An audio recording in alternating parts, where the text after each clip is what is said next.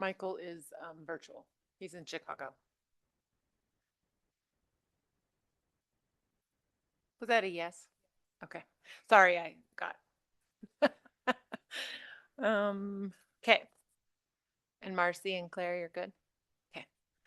Um. The May Landmarks Board meeting is called to order. Welcome to May 6, 2026 Landmarks Board meeting. It is 6:03 p.m. Marcy will review the virtual meeting decorum. All right, thank you.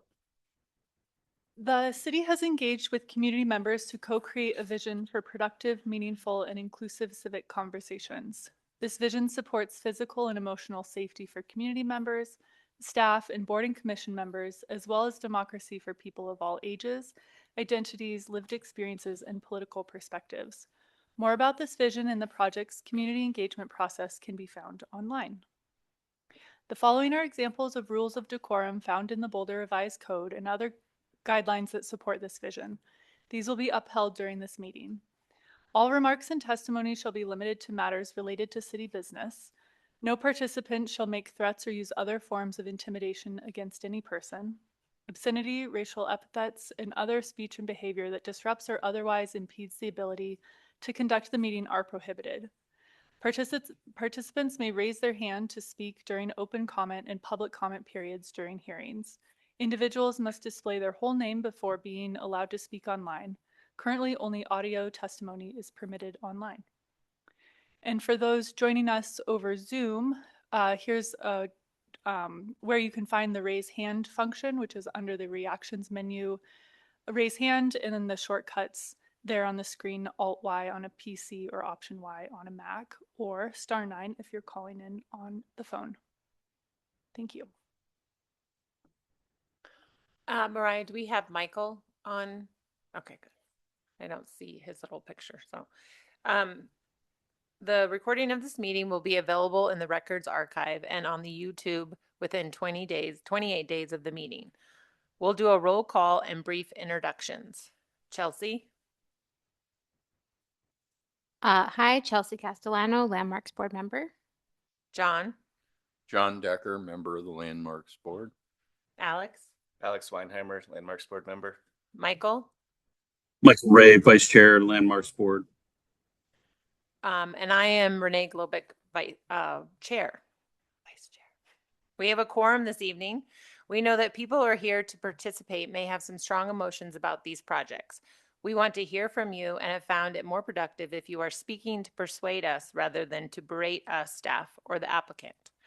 As with the regular Landmarks Board meetings, you may speak at the appropriate time during the public hearing. Requests to speak outside of these times are denied. We request that the members of the public who wish to speak let us know by raising their virtual hand. As board chair, I will call for a roll call vote on all motions made. We are going to discuss chair and vice chair nominations. Each year after a new board member is appointed, the Landmarks Board appoints a chair and vice chair. The role of the chair includes facilitating board meetings, attending monthly agenda meetings, and occasionally representing the board at community events and public meetings. The vice chair also attends the agenda meetings and fills in when the chair is absent. Each term is for 1 year, and a board member can serve multiple terms. We appoint a chair and vice chair through a nomination process. Any member can make a nomination, and a nominee has an option of accepting or declining. Any number of board members may be nominated, and we will vote until we have 3 votes. I will first ask if anyone is interested in serving, and then I will ask for nominations. Once we hear each of the nominations, someone will make a motion and we'll do a roll call vote. Is anyone interested in serving?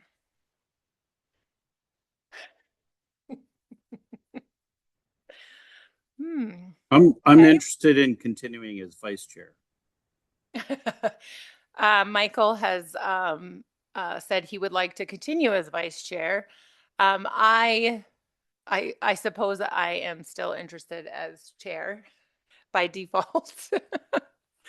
How do we go about doing this? I nominate Renee. Oh, there, Sure. there we go. I'm like trying to read all these little things. And I'll second. So thank you, Alex, for the first how do we will do, so you've made a motion. Alex has made He made a motion. motion. Oh, do we have a motion? Oh, she's Oh, gonna come in and help Here we us go. here. No, yeah, I'll help you. We don't do this very often and it's process. I'm So, like, Renee, do you accept the nomination? oh, I accept the Great. nomination. Alex, would you like to speak to your nomination? From the Optional. meetings I've seen and participated in, you've been a great chair, and I look forward to 12 more months with you as our chair. Why, thank you. Great. And then Alex would make this motion, filling in the blanks on the screen. Okay, I move to make Renee chair of the Landmarks Board. And then a roll call vote. Oh, we'll do a roll Need call a- vote for, Sorry, need a second. oh, see. Go ahead. Second,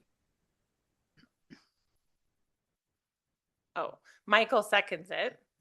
So we'll do a roll call vote for the nomination of Renee as chair. Chelsea, Yes. John, Aye. Alex, Yes. Michael, aye. and I suppose I vote aye.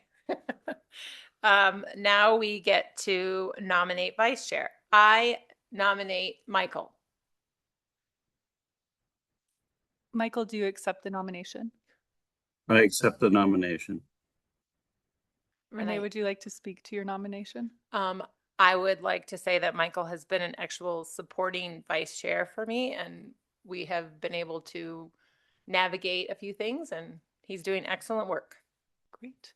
So then you would make this motion and someone would second it. I make a motion for Michael to be vice chair. Do I have a second? I'll second. John seconds the motion. Now we will do a roll call vote for the nomination of Michael as vice chair. Chelsea, Aye. John, Aye. Alex, Hey, I vote aye. Michael? Aye. Aye. Congratulations. Renee is chair. And Michael is vice chair. We never knew Landmarks Board could be so interesting. Does anyone have any changes or alterations to the April 8th meetings? None. As I hear none, I move that we approve these meetings. Do I have a second? I'll second. Thank you, John, for second. We'll do a roll call vote. Chelsea, Aye. John, Aye. Alex, aye. Michael, Aye. and I choose aye. We'll next move to public participation for non-agenda items. This is to speak to topics other than the public hearing. As a reminder, we no longer swear people in for the open comment. Potential in-person participants, please speak to Amanda to sign up, and please state your full name and proceed, and you will have 3 minutes. Amanda, do we have any virtual or in-person participants? Yes, first up we have Margot Schmidt. Oh, sorry, Tim Plass.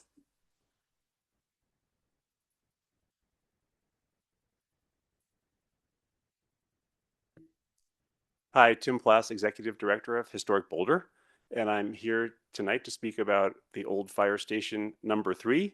And I'm very pleased that the Facilities Department has withdrawn their demolition permit application.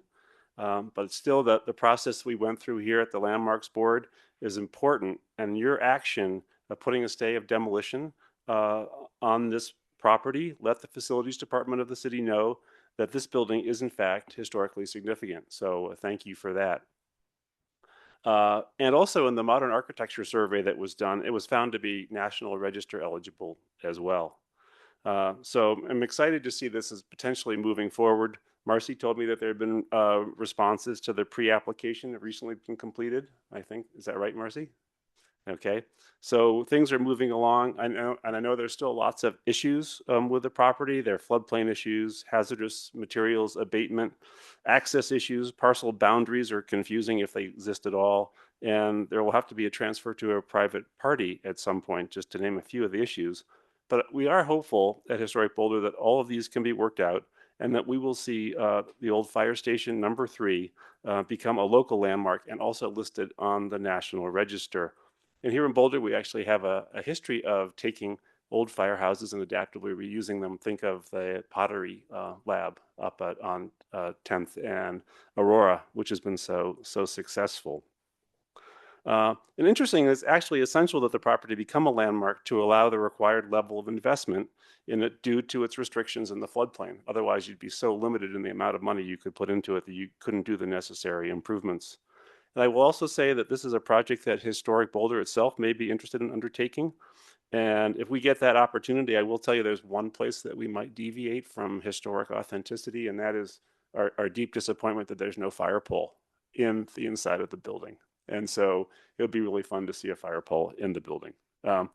But seriously, though, adaptively reusing fire station number 3 for community benefit would be a big win for Boulder. So thank you for your actions, and we'll see what happens with fire station number 3. And since I have a little bit of time left over, I just say to folks that remind you that May is Preservation Month, and thank you for all you do to protect our historic resources here in town. And that on May 18th, we have the Square Nail Awards, and I hope that you can make it there at Chautauqua, where we honor the people and projects that have done great things in historic preservation. So that's all I have tonight. Thank you for your time. And next up, we have Lynn Siegel.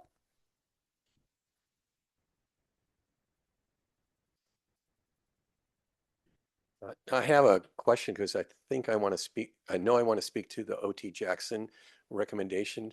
Is this the appropriate time for me to say something about that? Yes. Okay, great. Len Siegel, Historic Boulder member, and I'm speaking on behalf of the Preservation Committee in supporting the nomination for the O.T. and Sadie Jackson House at 2228 Pine Street for the National Register. Historic Boulder, as you know, has been in conversation with the current owners of the house and following conversations with members of the preservation planners about identifying this property for the state register related to the Colorado Heritage for All 150. And that is actually going forward. That house is going to be included as part of the state register of historic places. And it's really significant also because while it's known as the O.T. Jackson House, Sadie Jackson was the owner of the house. And she bought the house in 1894. So it dates back to that time period.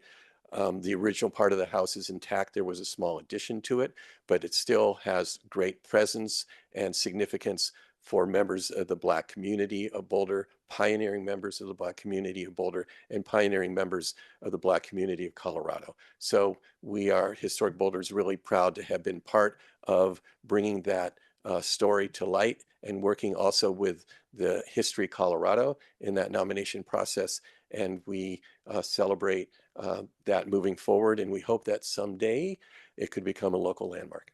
Thank you very much.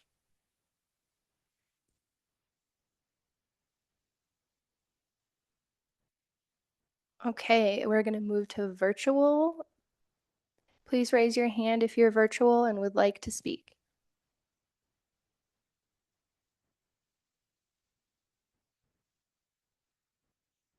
Okay, first up we have Lynn Siegel.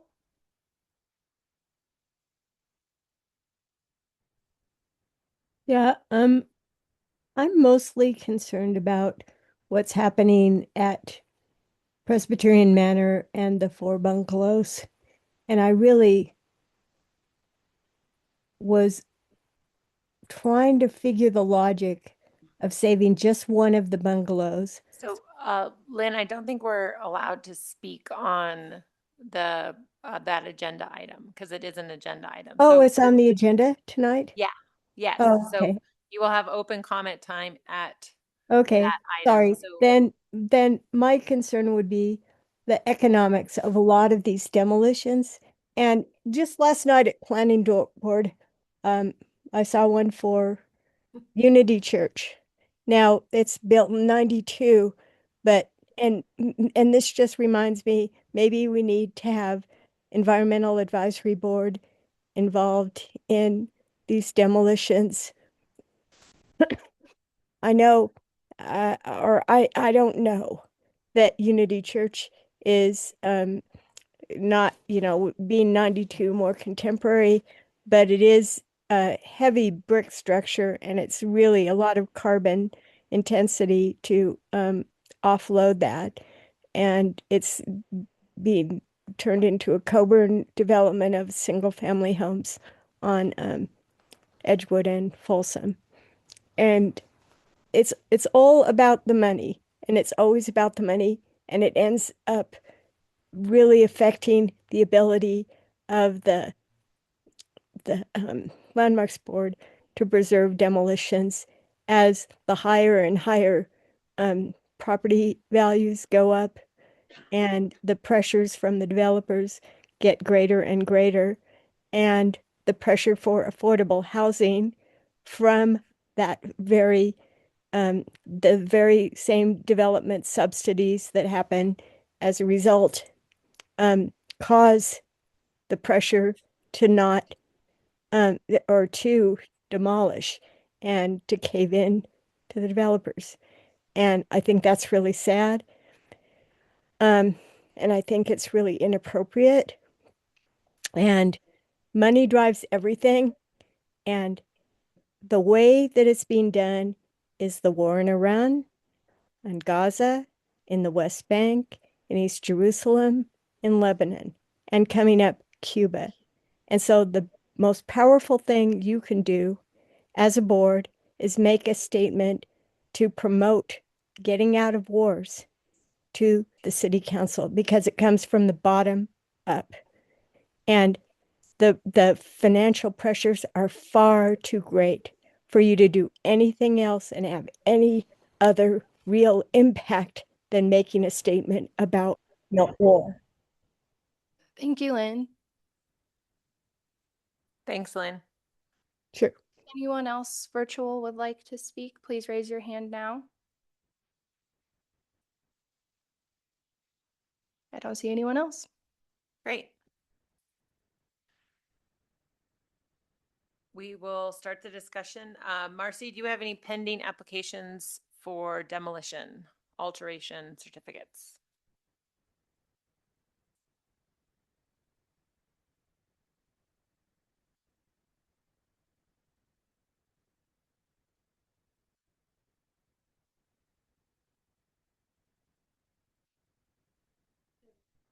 All right.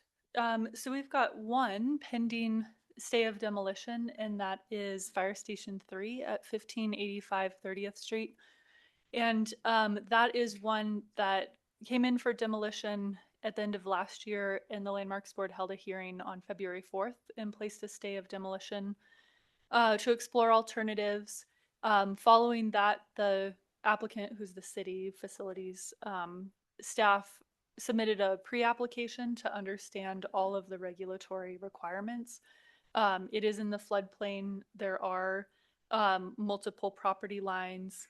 It is currently a critical use, et cetera, et cetera. And so typically we would have a meeting to discuss alternatives, but for this one, it was really trying to understand what the puzzle pieces were on the table before we spent time talking about potential alternatives. And so those pre-application responses were provided to the facilities team about a week or so ago, and they're lengthy.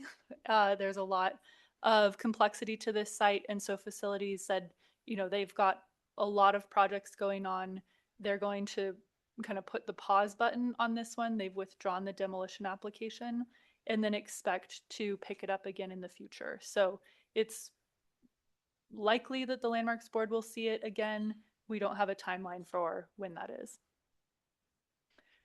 So this would have been your opportunity to discuss scheduling a meeting for your June agenda, but since the application is withdrawn, there's really no action that's needed from you all tonight. Great. So we'll move on to our first public hearing.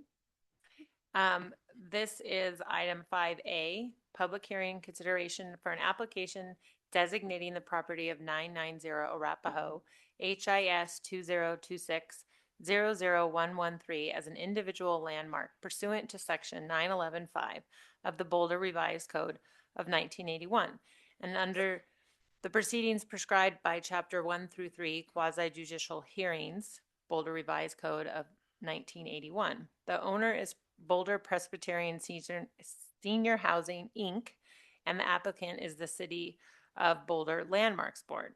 I'll hand it over to Marcy for the staff presentation. All right, thank you. So this is a quasi-judicial hearing, so all speaking to the item will be sworn in. That includes me. I'm Marcy Gerwing, Principal Historic Preservation Planner, and I affirm that I will tell the truth. I'll pause here to allow board members to note any ex parte contacts, and Chris Reynolds is here to help clarify if something is an ex parte contacts or help clear them if you have them. So hand it over to you. Okay. So the ex parte contacts, I have a client who I am doing an addition on their house, and she is on the board of Presbyterian Senior Housing. So we found that out after she watched she spoke during the public hearing. So there was an ex parte that I just am volunteering information up.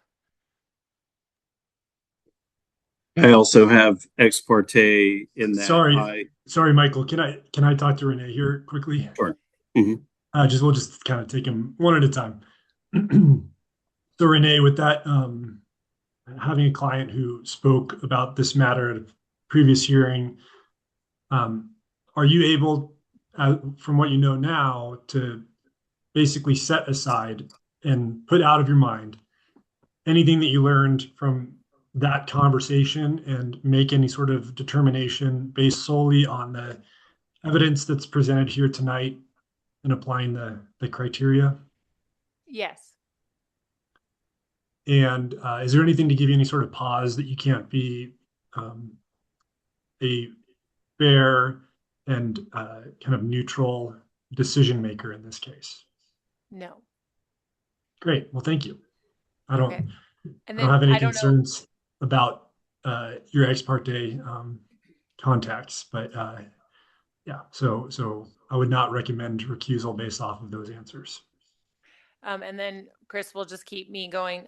I did talk to the press, that would be reporting lab. He called to ask questions about the meeting. I just had conversation and said, I think it was a hard decision for all of us on the board. And if he wanted details, to talk to Marcy. So that was my second parte. And that conversation was about the initiation hearing? Yes. Similar questions. Can you set that conversation to the side and base any decision that you make here tonight based solely on the evidence and the criteria? Yes.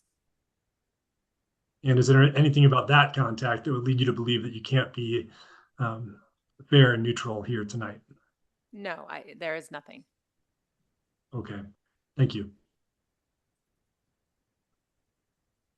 Michael? My ex parte is related to having watched the entire planning board meeting relative to the Presbyterian Manor development concept review on their YouTube channel 2 weeks ago. And thank you for that, Michael. Similar sort of questions here. Are you able to set aside the information that you may have learned from watching that planning board meeting? I think was it on April the 7th? I'm remembering. Sounds right. That sounds right. Correctly. Basically set that aside and then, just viewing the evidence that's presented here today and make any decision based solely off of that evidence and the criteria. Yes, I can set it aside. And knowing what you know about, yourself, is there any reason to believe that you can't be a fair and neutral decision maker here tonight? No reason to think that I cannot be fair. Thank you. Should I go next? Okay. Okay, I have a couple. I did answer questions like Renee from the reporter at the Boulder Reporting Lab, in which I expressed sentiments that I had already stated during our previous board deliberations. I did read that article when it came out, including the comments section. I watched the planning board meeting, the same one that Michael watched. And I also did receive some emails from the public following the public participation at the last time we discussed this, just thanking me for my comments. Thank you, Chelsea. Again, sort of similar questions. Having, and I think you said you talked to a reporter. I'm guessing, was that about the initiation hearing that occurred at a previous Landmarks Board hearing for 990 Yes. Arapahoe? Mm-hmm. Yes. And are you able to set that to the side and base your decision here tonight solely on the evidence and criteria? Yes. And then you mentioned that you watched the planning board meeting. Was that the one on April 7th about the concept plan for this project? Yes. That involves 990 Arapahoe. Similarly, are you able to set that to the side and base your decision on the evidence presented here this evening and the criteria? Yes. And then lastly, you mentioned you received some emails from community members. Any information that was in those emails, similarly, can you set to the side and base your decision on the evidence presented here tonight and the criteria that applies to a designation? Yes. Or the And way then, yes. yeah, sorry, you were about to say something. Oh no, I just wasn't sure about the beginning of your question. I wasn't sure if you were asking me if I could set it aside or not. I don't know. Yes, same answer as all the other questions. Great. And just to make sure the record is totally clear, you're saying you can set to the side. Correct. Yes, Okay. I can. Okay. I can. And then, knowing what you know about, yourself and the matter for this public hearing, is there anything that gives you pause that you can't be a fair and neutral decision maker in this case? No. Okay. Well, thank you.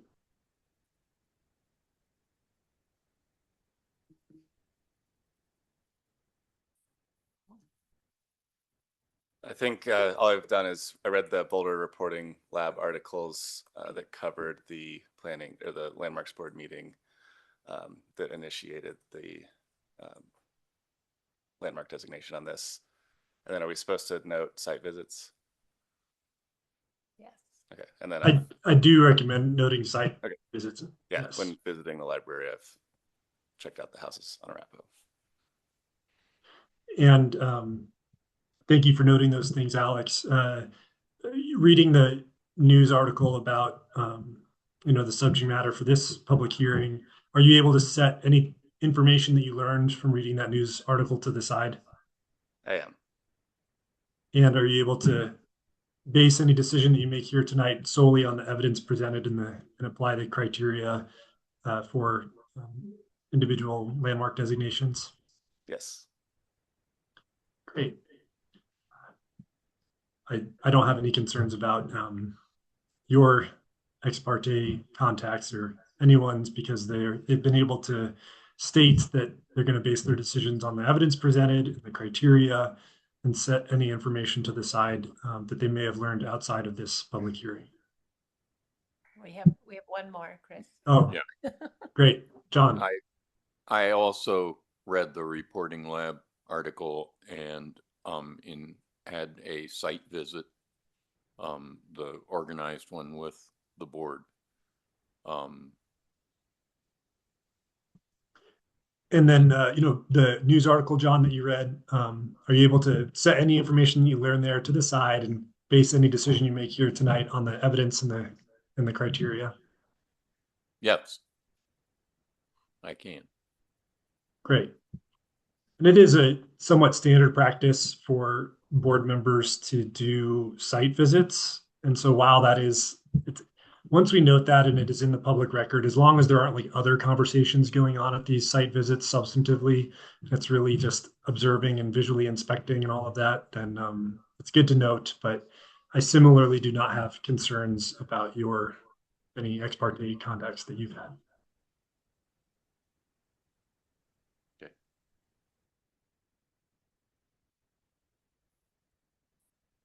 Great. All right, thank you. So next we'll move to the staff presentation, followed by the owner's presentation. We'll then open the public hearing, and after each member of the public has made comments, the owner may respond to anything that was said. Board members may ask questions in between any of those steps to staff, the owner, or members of the public. After public comment, the discussion will turn to the board deliberation, which should be between the 5 of you Landmarks board members. A motion requires an affirmative vote of at least 3 members to pass, and motions must state findings, conclusions, and a recommendation. And a record of the hearing is available typically in a few days as a video recording, and the official record will be added to Central Records within 28 days, typically sooner. The criteria for your review this evening is outlined in the Boulder Revised Code under 911.5C, and that is whether the designation meets the purposes and standards in sections 911.1, legislative intent, and 911.2, council may designate landmarks in historic districts.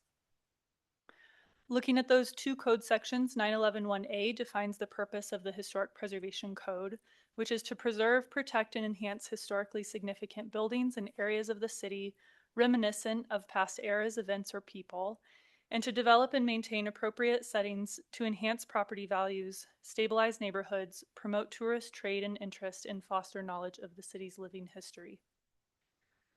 911.1B continues to say that City Council does not intend to preserve every old building in the city, but to instead draw a reasonable balance between private property rights and the public interest in preserving the city's cultural, historic, and architectural heritage by ensuring the demolition of significant buildings will be carefully weighed with alternatives. Section 911.2 provides the type of designations council may pass, including individual landmarks on a single site containing special character and historical, architectural, or aesthetic interest or value. The options in front of you this evening are to either recommend designation to City Council, in which case council will hold a public hearing within 100 days, or the board may disapprove the request, which is subject to a 21-day appeals period and a 45-day call-up period. The application process began last fall when the owner submitted 4 applications to demolish this building and the 3 adjacent buildings. The Landmarks Design Review Committee referred the applications to the Landmarks Board for review, and hearings were held on December 3rd. The board placed stays of demolition on the applications, finding the buildings eligible for landmark designation. Over the next 2 weeks, members of the Landmarks Board, ownership team, staff, and members of the public met to discuss alternatives to demolition. On February 25th, the Landmarks Board held hearings to consider demolition or initiation of the designation process. The board voted to initiate the designation process for the subject property and voted to take no action on the other 3 applications. The demolition applications for the other 3 houses were conditionally approved after the stays expired at the end of March.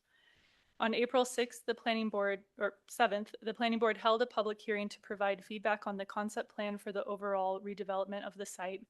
And that brings us to this evening's hearing, to consider landmark designation of the property at 990 Arapahoe Avenue. The property is located in central Boulder on the south side of Arapahoe Avenue between 11th Street and Lincoln Place, opposite the main branch of the Boulder Public Library. The house is a one-story frame house that was constructed in 1922. It was built in the Craftsman bungalow style with a clipped side gable roof with overhanging eaves, exposed rafter tails, and tapered columns and trim. The house is clad in a combination of shingles and narrow horizontal wood siding. The house has an arched hood over the porch that is flanked by decorative pergolas that extend across the width of the facade. The building retains a high degree of integrity to its original construction with minimal changes over the last century. The majority of the historic material and design remain, including the wood siding and trim, windows, stone foundation, concrete steps, and stoop. The following is a summary of staff's analysis of whether the proposed designation meets the purposes and standards in sections 911.1 and 911.2, as well as its eligibility for landmark designation based on the significance criteria for individual landmarks, which the Landmarks Board adopted in 1975. In both the December 3rd and February 25th public hearings, the Landmarks Board determined that this building is eligible for individual landmark designation. The property has historic significance based on its 1922 date of construction and its association with families that exemplify the cultural and social heritage of the community. The Clapp family purchased the house soon after it was built and lived there for nearly 5 decades. Roy Clapp was a grocer and worked at the University Hill grocery store for 23 years. Jenny Clapp was highly involved in Boulder civic and social organizations, and their 2 sons, Robert and Charles, served in the United States military before and during the Second World War. Charles and his growing family, with wife Ruby, lived in the basement apartments after they returned from service. Bertie Crowell and Virginia Campbell, who are sisters, purchased the house in 1970. They were both independent professionals. Bertie Crowell worked as a court clerk at the Boulder District Court for more than 15 years, and Virginia Campbell was a secretary for a law firm. The property represents a distinction in the development of the community as a pre-war house that was later converted to multifamily use as the economy struggled to recover during the 1940s. Employment of women increased during the war years, but independent working women remained relatively rare until 1974 when the Equal Credit Opportunity Act was signed into law. Bertie Crowell and Virginia Campbell were ahead of this trend, working as independent professionals from 1953. The building was surveyed in 1990 and found to represent a type, period, or method of construction, noting that it is representative of Boulder's 1920s bungalow-style architecture. The property was included in a potential historic district around the same time. The house has architectural significance for its Craftsman bungalow design. The bungalow form was popular in Colorado from about 1900 and into the 1930s due to its simplicity and utility. Key characteristics include the gable roof, overhanging eaves, simple horizontal lines, and vertically proportioned double-hung windows. The house has a distinctive arched hood porch and pergolas, original to the construction of the house. The house has artistic merit in its design and detailing, and the hooded porch is an uncommon feature. I would like to address a comment that the building may be a kit house. Kit houses are an important part of American architectural history, and numerous books have been written about them. Most popular in the 1910s and 20s, they standardized building components and made architectural design available to the masses. The most recently designated landmark, the Orchard House, is suspected to be a kit house. The fact does not diminish the building's significance, and in some cases strengthens it.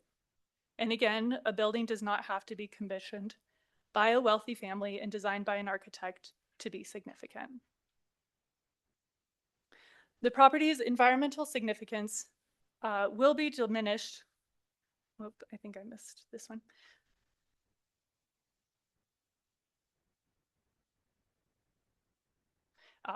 The property's environmental significance will be diminished with the demolition of the surrounding houses. As it stands today, the house retains traditional characteristics of a residential lot and the original setbacks from the properties to the east and west and from Arapahoe Avenue. The building, along with the adjacent houses constructed during the same time period, are an established and familiar visual feature along Arapahoe Avenue and visually prominent across from the Boulder Public Library. The property is located within an identified potential historic district along with the 3 adjacent houses. However, the removal of the adjacent houses, which are character-defining features of the area, significantly decreases the area's 1920s residential character. Section 911-1A considers whether the building is reminiscent of past eras, events, or persons important in local, state, or national history, or is a significant example of architectural styles of the past. It also considers whether it provides an appropriate setting for the building, enhances property values, stabilizes the neighborhood, promotes tourist trade, and fosters knowledge of the city's living heritage. Staff finds that as the 4 houses were constructed within a 6-year period, they provide a cohesive residential character and notable examples of working-class houses constructed in the 1920s. The removal of the adjacent houses significantly diminishes the historic setting of the property at 990 Arapahoe. The 4 houses were a unique grouping of residences in the area and collectively conveyed an area reminiscent of a past era. Through the loss of this historic setting, the property's ability to convey its association with the past residents and this period of development in the neighborhood is diminished. Section 911-1B states that the City Council does not intend to preserve every old building, but instead draw a reasonable balance between private property rights and the public interest in preserving the city's cultural, historic, and architectural heritage. This includes carefully weighing the demolition of eligible buildings with other alternatives. Staff considers preservation has been carefully weighed with other alternatives, including preservation in place on the individual lots, preservation incorporated into the larger site, on-site relocation, and off-site relocation. Staff considers that incorporation of the building into the redevelopment of the site is feasible, as the cost of rehabilitation is relatively low, the building is already elevated to meet floodplain requirements, and analysis from the owner is that the same number of units could be built while preserving the building. However, the owners consider preservation of the building detrimental to the redevelopment plans and have offered the building at no cost to anyone who would relocate the building off-site and have verbally offered funding equal to the cost of deconstruction of the building to be applied towards the cost of relocation. During the concept plan review, planning board members did not express interest in incorporating the 4 1920s houses into the redevelopment of the property, but were generally supportive of off-site relocation of the buildings. Staff considers that in this case, designation over the owner's objection would not draw a reasonable balance between private property rights and the public interest in preserving the city's cultural, historic, and architectural heritage. With that, staff finds that while the designation of the property at 990 Arapahoe would protect, enhance, and perpetuate a property reminiscent of a past era of history and preserve an important example of Boulder's historic architecture and foster knowledge of the city's living heritage, it would not maintain an appropriate setting and environment for the building, as the historic preservation demolition approvals have been conditionally issued for the 3 adjacent eligible buildings. And that historic preservation of the building has been carefully weighed with other alternatives, and in this case, designation over the owner's objection would not draw a reasonable balance between private property rights and the public interest in preserving the city's cultural, historic, and architectural heritage. With that, staff recommends that the Landmarks Board not approve the designation of the property at 990 Arapahoe. And our findings are here on the screen. That concludes my staff presentation, and I welcome any questions you may have.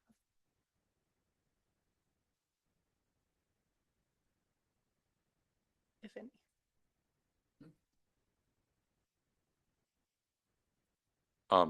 I have a question for staff. Is it, this is kind of a procedural question. Is it legitimate to argue for off-site relocation in lieu of designation on site? Those are separate processes and separate applications. So the decision in front of you tonight is whether to recommend approval or disapproval of the designation.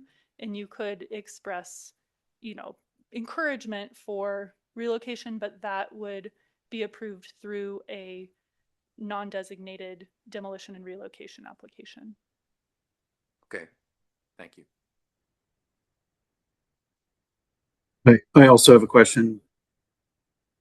So if the decision tonight is to either proceed with designation or not, what then is the status of the demolition application? Does it default into approving the demolition application? It depends on the outcome of the hearing. So if the board votes to recommend designation, it goes to the city council for a public hearing within 100 days. And then the city council has the ultimate decision of whether or not the property is designated. If the board votes to disapprove or not recommend designation, then after the appeal period and the call-up period, which is 45 days, then the demolition approval would be issued. Thank you.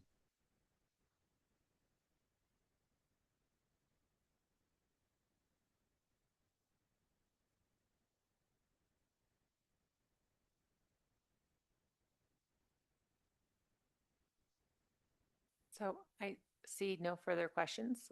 We move to the owner's presentation.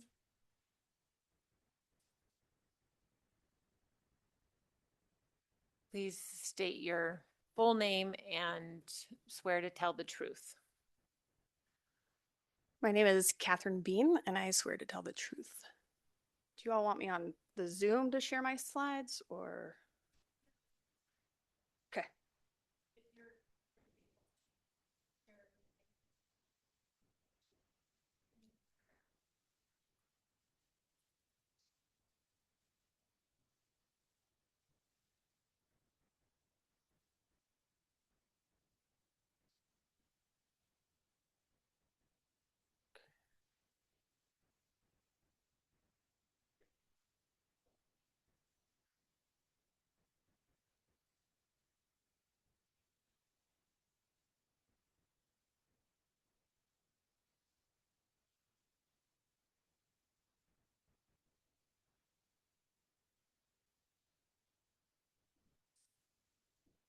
All right. Everyone see that?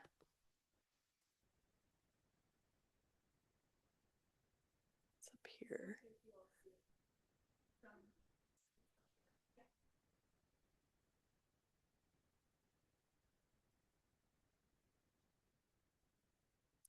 All right.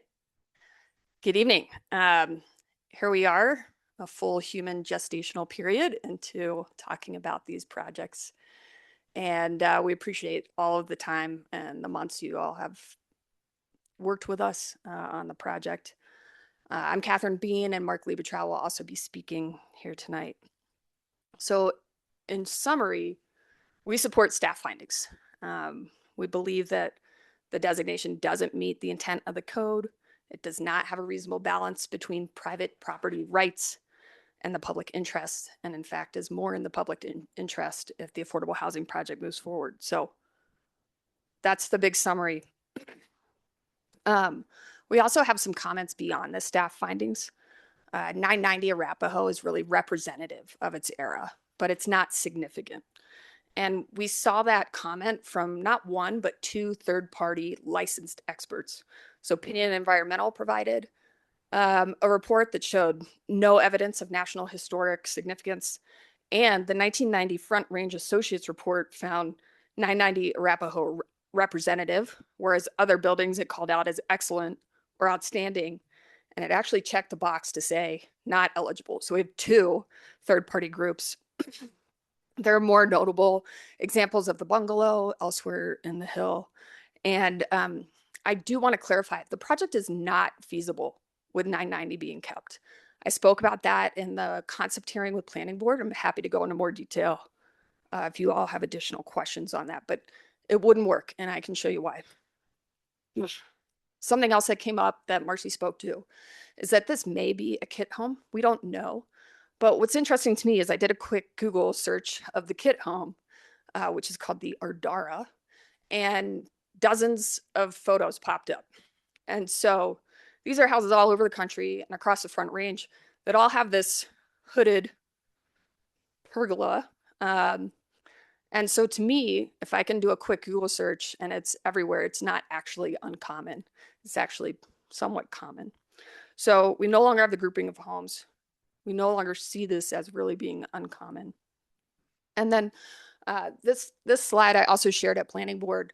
And this isn't what the project actually would look like. It's a little ridiculous, but this does exist in Seattle. It's called the Up House for obvious reasons. And I want to point it out for two reasons, though. One is you see this 3-story building surrounding this 1-story home. And that's kind of what we're being asked to do. Because of the topography of the site and the flood, we can't just leave it out there in the front by itself. So it'd be surrounded on 3 sides. And that's not the feeling I think any of us want for this property. And then in addition, you can see the concrete walls surrounding the house. And this is to do with the International Building Code. So that's a fire protection wall because the buildings are so close. So if we had a new building this close to the existing building, we would wind up with this not necessarily sightly concrete surrounding the historic or the old home. And so I wanted to point it out because this is building code. They can't change it in Seattle. Our planning board can't change it here. This is for everyone's safety, and so that if there's a fire in one building, it wouldn't jump to the other. I wanted to give you a recap because I know not everyone got the 3 hours to watch that hearing, and I think it's important to hear what happened because we heard from you all. You wanted to know what planning board thought, and they heard that message as well. The biggest thing is they took a straw poll, and that straw poll was, does anyone think that the houses should be preserved? And they voted unanimously. No one thought the houses should be preserved and designated. And the board chair even said, I hope this clears things up. There was a second straw vote as to should the houses even be moved if possible. Not requiring it, which I think is important to the comments said before, but just if it's possible, should they do it? And that was pretty split. There are also a few comments that I wanted to give you all just a moment to read and hear some of the actual words of the planning board members. So I'll let you read those quickly.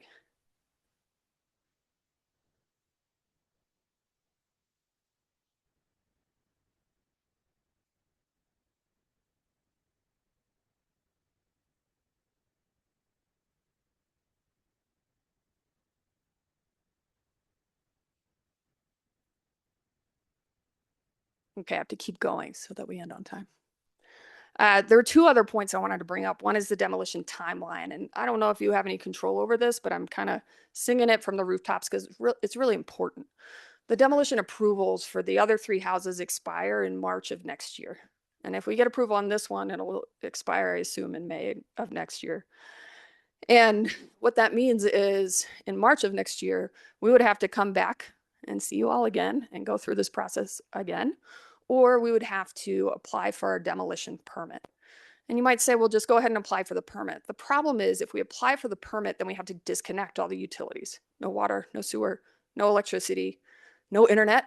And so we can't use the houses. We would lose a housing resource for our community. And the people who live there wouldn't be able to have their leases extended. And it also lose an opportunity for the nonprofit to earn some income. And so we really think it's important to have that length of demolition approval extended. Denver does it for 5 years, and honestly, that's how long it takes to get something done in this town. So we would really recommend that to save you all time, to save staff time, to save applicants worry and time and money, that they get extended to 5 years, and I hope you'll support us on that. The other thing I hope you'll support us on is the documentation requested for the first 3 houses, and I assume it'll be requested for the last one. The code gives the city manager the ability to make requests of documentation, a year of construction, significant events, those all make sense. And pretty much without limitation, it says that in the code.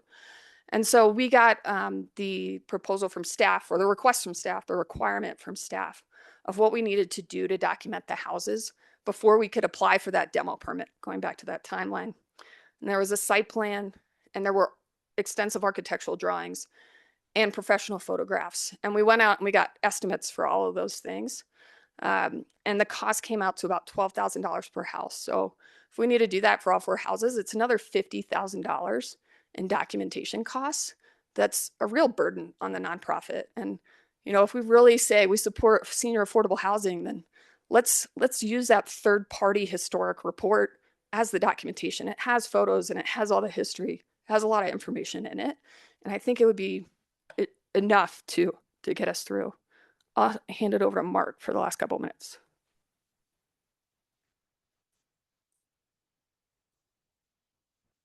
My name's Richard Mark Liebetrau. I go by Mark, and I swear to tell the truth. It's good seeing you all again. Alex, nice meeting you, and you as well, Michael, on virtual. As you recall, part of, in an attempt for a win-win for both the Landmarks Board, Historic Boulder, and Presbyterian Manor, we offered to donate those 4 houses.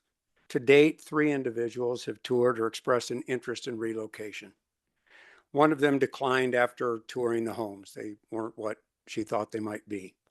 Another one lives out of state and doesn't have any property secured. The third person was interested in 990 actually, but is likely unable to relocate due to some code and site constraints. And I believe, Marcy, that person has spoken to you about that particular home. Well, we will, so far we've been unable to relocate one of them, but we will continue to field inquiries, and we do remain committed to working with Historic Boulder and trying to find a location for these houses. In summary, our request is to deny the landmark designation for 990 Arapahoe over our objections, and it will allow us to complete a permanently affordable senior low-income housing project. We would ask, and again, you may not be able to do this, but 5-year demolition approvals for all 4 houses, because by the time you get through a LIHTC application, site review, permitting, all the rest of those, that will never happen within a year, and it can't happen really through LIHTC funding. And also ask that you would reduce the documentation required for the demolition permit. We do have independent third party that talks about the site view, elevation plans, and thank you. Thank you. At this time, we're allowed to ask questions. Does anyone have any questions for our owners? Okay, and as I see none, we can move to public comment. Renee, may I real quick? Catherine, I might have missed it. I heard Mark, but would you just affirm or swear that everything you testified to was the truth? He said me. He said he heard you. I heard Catherine, but Thanks. Okay. I'll swear again. So we don't let that happen in my house, but I will tonight. I'm Catherine Bean, and I swear to tell the truth. Thank you, Catherine. Thank you. Thank you. Now we can move to public comment. Virtual, if you are here in person, please sign up. And virtual attendees, please raise your hand. You will be required to state your full name and swear to tell the board the whole truth. Do we have any in person? Yes, we've got Margot Smith.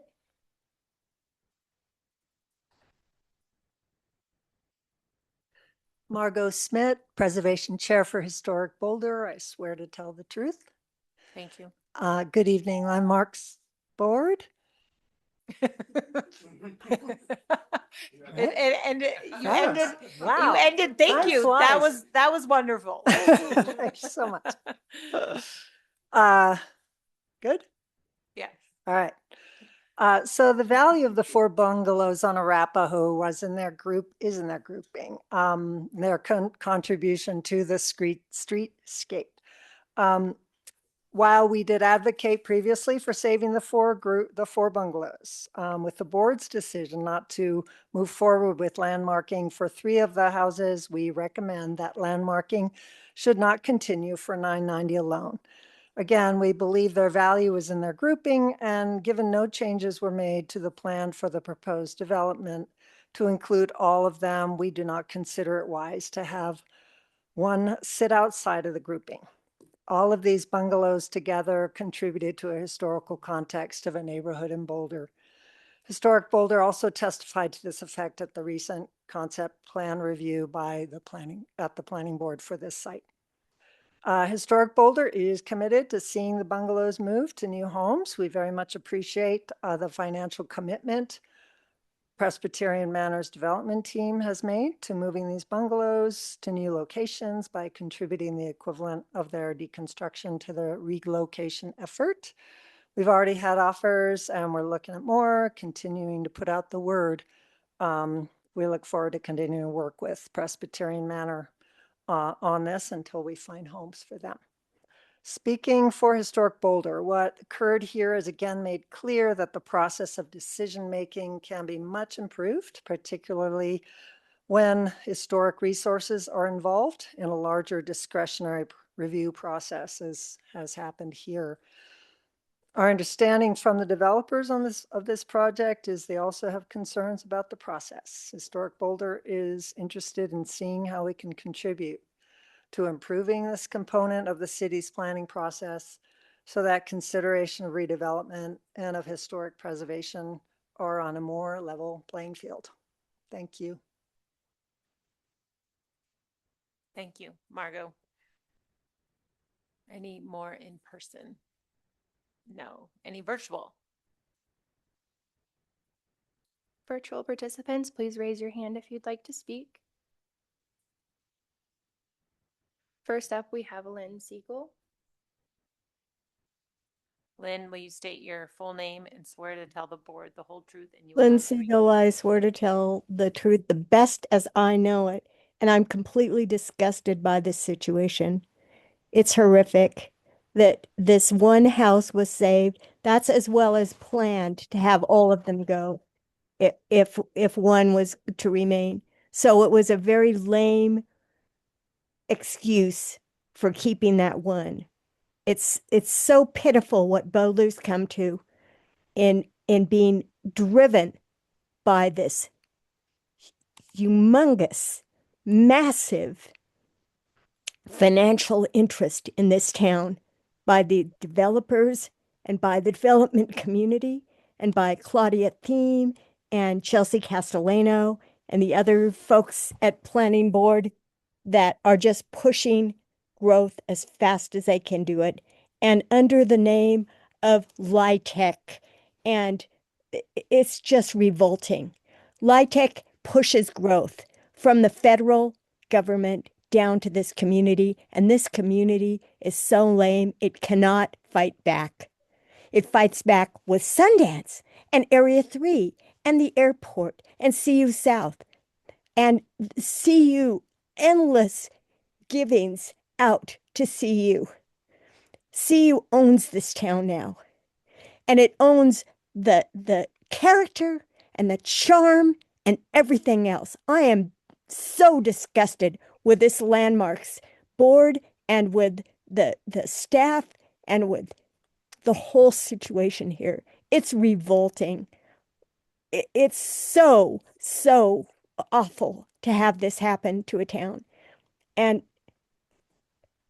it's pitiful the way one house was saved, as if that was going to save it, the rest. And it was not. And you know what? I'm not from here. Thank God I'm not from here. I'm from Seattle, where the Up House stayed in that one huge composition around it. I'm stuck here. I'm freezing cold in my house because of nonprofits that were helping me out with an energy retrofit that cost me $50,000. $50,000 was brought up in this talk tonight. $50,000 is a lot to a 73-year-old on Social Security, been saving for a geothermal heat pump for 25 years. Now I can't do a geothermal heat pump because I've got a $50,000 cost from these nonprofits that offered me this great energy retrofit without my civil rights to have anything to do with it. I had to even move off the property when a housemate from Munich was staying in my house.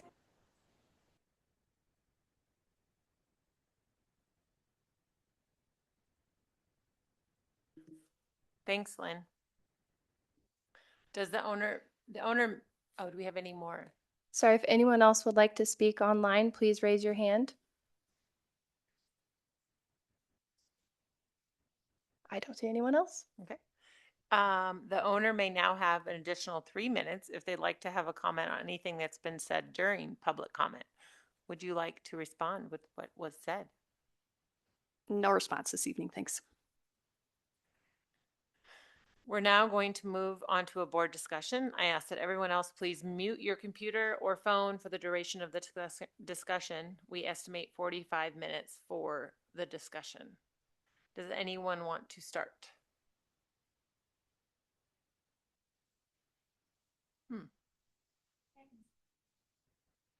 Okay. I have spoken a lot about this project. I feel like we've had 20 hearings at this point. And so I have already spoken to its merits, and so I'm not going to repeat those comments. And instead, we'll just focus on the criteria, which is our charge tonight. So in my view, this property does not meet our standards for landmark designation under the criteria. This appears to be, as was mentioned, a potential kit home. And while the builder did a great job putting it together, I mean, it's still here, so good job. I don't believe evidence was presented that they were a prominent builder, which is our criteria. Our criteria for the section of the architect or builder of prominence is defined as a good example of the work of an architect or builder who is recognized for expertise in this field nationally, statewide, or locally.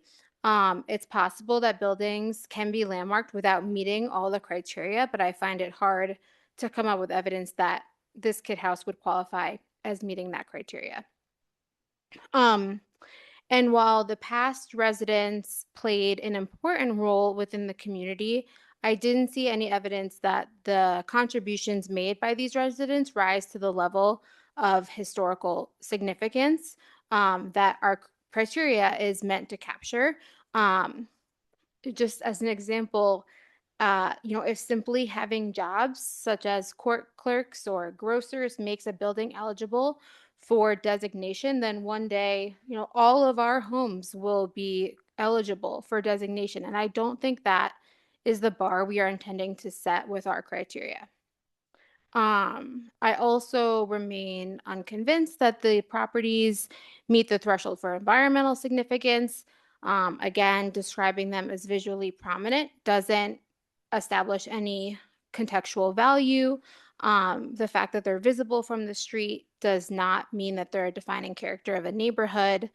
I lived in this area for 2 years, and for me, I didn't really notice them. That's just my personal anecdote as a community member who lived in this area. But I think the overwhelming majority of public speakers that showed up at our last meeting shared that same sentiment. And given the substantial evolution of this area, including adjacent multifamily development and other nearby changes, I don't believe the structure anchors the setting in a way that justifies landmarking. And just to close, and then I won't talk again, or at least I can't promise that, but when I think about historic preservation, I think about places that are truly exceptional buildings and spaces that are celebrated as clear public good and whose preservation is unquestionably something that enriches future generations. And I don't believe that this property does that. I agree with staff and believe this application is inconsistent with the purposes and standards of the Historic Preservation Ordinance. And I also believe that to designate this property over a nonprofit's objection that provides affordable housing to seniors would be an important step that I beg my fellow colleagues not to take. So those are my comments on this project. Thanks, Chelsea. Does anybody else want? John is reaching. Go down the list. Okay.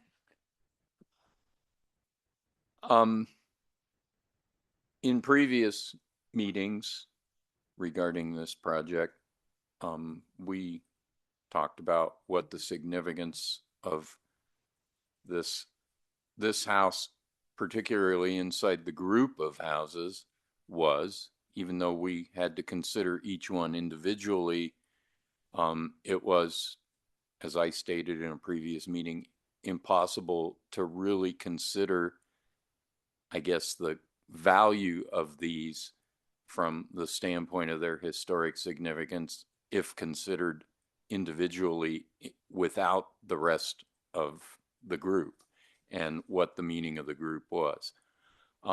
That being said,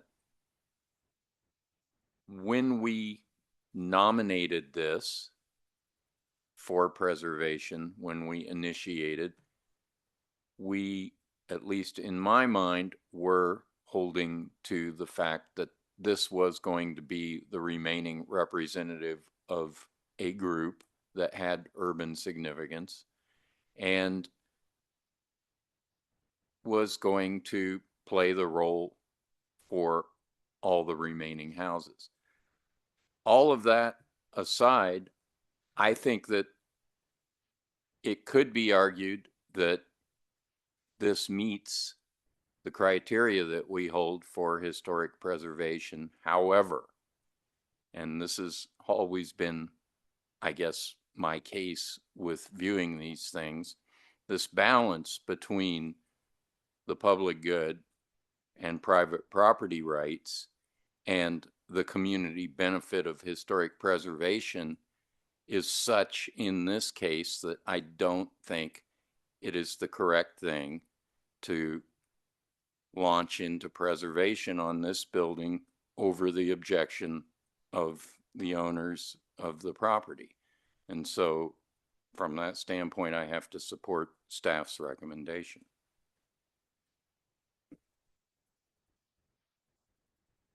Thanks, John. Michael, you want to go or am I in line? I can go.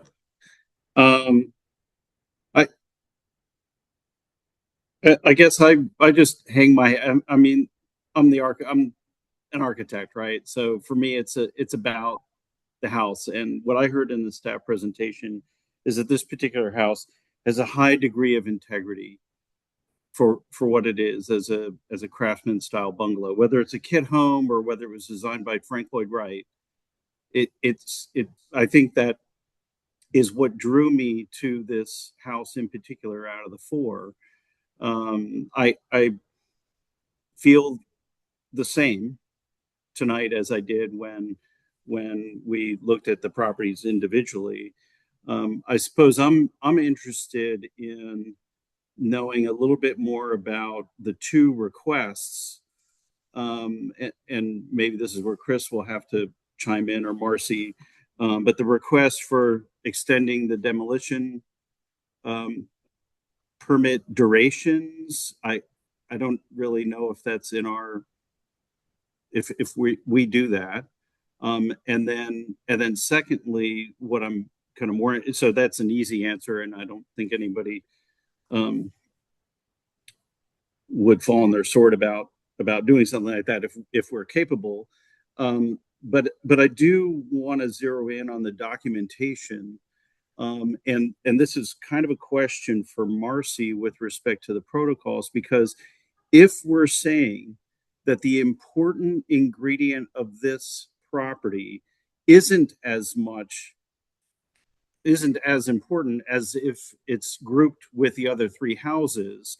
I believe a concession that could be made with respect to the documentation, and I'm going to speak a little bit out of line, but Marcy will put me right back in my place, hopefully here. But I would expect at a bare minimum that the grouping of the four houses, even though we have treated them individually as individual properties, I believe it's really important, if we're all saying that these four houses are important because there are four of them, that the documentation at a minimum needs to identify or record at least a detailed site plan and maybe a street elevation of all four of them that identifies the grouping as what we felt like was important about the houses, as opposed to full-blown measure drawings for just this particular house or all four houses. But I'll stop there. I think I'm just trying to put a little bit of a edit or a tweak on the requirement for documentation, since that was a request from the owner that we consider that. And I do think at a minimum, I wouldn't relieve them of full documentation altogether, but I do think that documentation of the four houses and their context in detail is really important. And I'll shut up. So Michael, I might take it to start here in terms of what authority the board has to address 2 out of the 3 requests by the owner. And to put it simply, the only of those 3 requests, the only one that the Landmarks Board has authority on to act on is whether to designate or not. Has no ability to extend the timeline for how long a demolition permit is valid for. And the reason why that is because it's part of the code. And the code states that an approval under this section shall expire if a deconstruction or building permit has not been applied for within 1 year from the date such demolition is approved. There's no wiggle room there and no role for the Landmarks Board to play in that. And so regardless of the merit of that suggestion, there just isn't a legal way for the board to impact that timeline.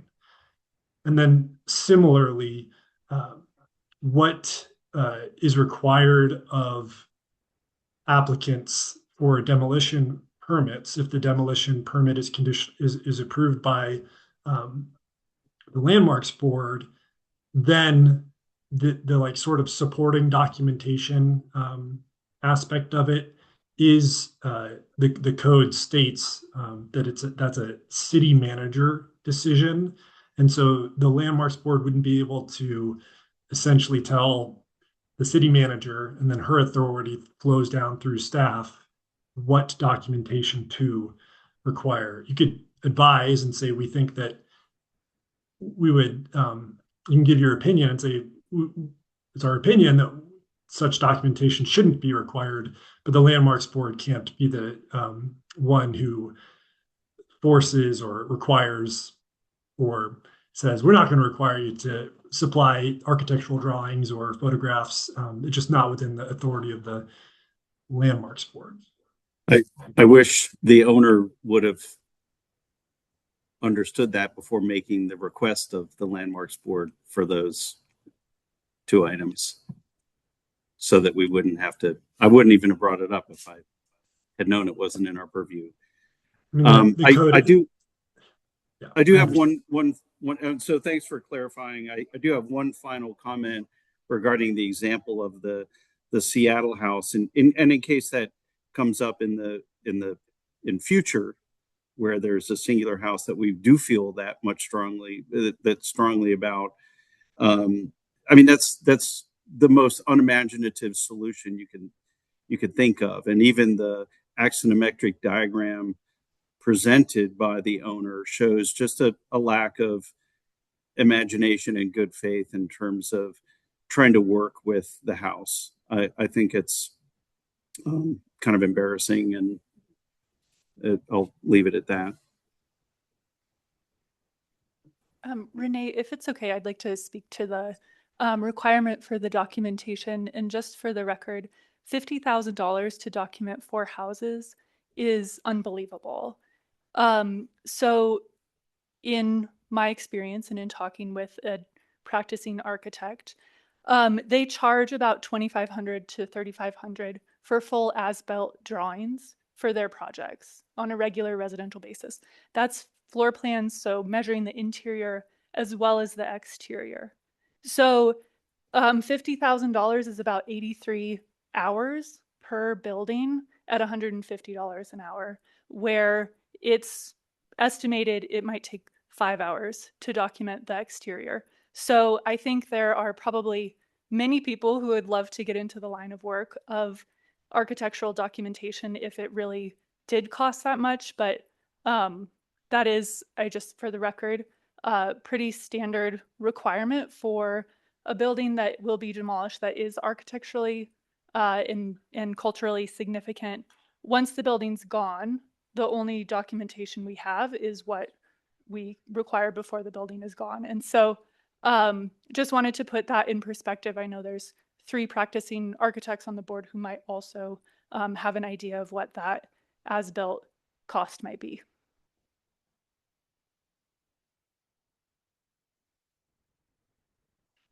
Marcy, would you be willing to share the contact that gave you that quote to them? Since it seems like that's a better deal. I don't think he's looking for a job. My husband is an architect with 30 years of experience who regularly does as-built drawings. So sounds like you also got quotes, but you might keep kind of looking. And if you need clarification about the level of documentation. So I would, just to, keep going on that thread for a minute. I mean, I am a practicing architect and I get as-built drawings quite often. $50 a square foot, $50 cents a square foot for the house. So I don't know what the square footage of those houses are. Yeah. So, and I literally just looked at my text message. So, yeah, so I think there's a way to make that smaller, and you can certainly, I think that if Ryan is still on the call, if they're allowed to reach out to me, that would be fine on my end. So they can ask for that contact. I will go into just a little bit about these houses. I would like to say, first and foremost, that I do agree with Historic Boulder. I think the 4 houses all together really make a merit for the streetscape there. And it is sad that the way that we as the Landmark Board had to look at each individual house, knowing that there was not a different house next to it. It was a little complex and a little different. And I think that we were all trying to figure out how to fumble through it. I do agree that the streetscape is what makes that area, the 4 houses. So I also want to say that I do not think that us as a Landmark Board, we are here, we didn't actually prevent an affordable housing unit to be not built. I think that we as a Landmarks Board are here to take a look at a structure and a building and see if it has any merit in historic preservation. And we follow the guidelines. And I think that ultimately I am proud of the Landmarks Board, and I'm proud of us speaking up a little bit about it, and then going into maybe a little bit of an extra month of the process to allow us to look through it. And also, I am in agreement to the way the process was brought about. And so knowing a little bit of the planning board on the side and Landmarks Board, and if there was a way to look at the sequencing of events, I think that that would have allowed maybe for a better movement for the applicant. I don't know how to fix that. I don't know, where to go or who to talk to about that. But I do think that there was a little bit of, what can be done on this site as a whole. And then, hey, wait a minute, there's these 4 buildings that could be landmarked. Now we got to go this route. So I think that maybe this was, Marcy can maybe speak to this, if this was the first of its kind. And maybe the last of its kind, so we might not have to deal with it again. But I do think that what Presbyterian Manor is doing, I think that Boulder needs that. I also think that I don't want to see all the houses scraped and a big box put up on every corner either within Boulder, because I don't think that's what makes the city of Boulder the reason why we all love it and the reason why we're up here today. So I will support staff's recommendation to not designate this evening.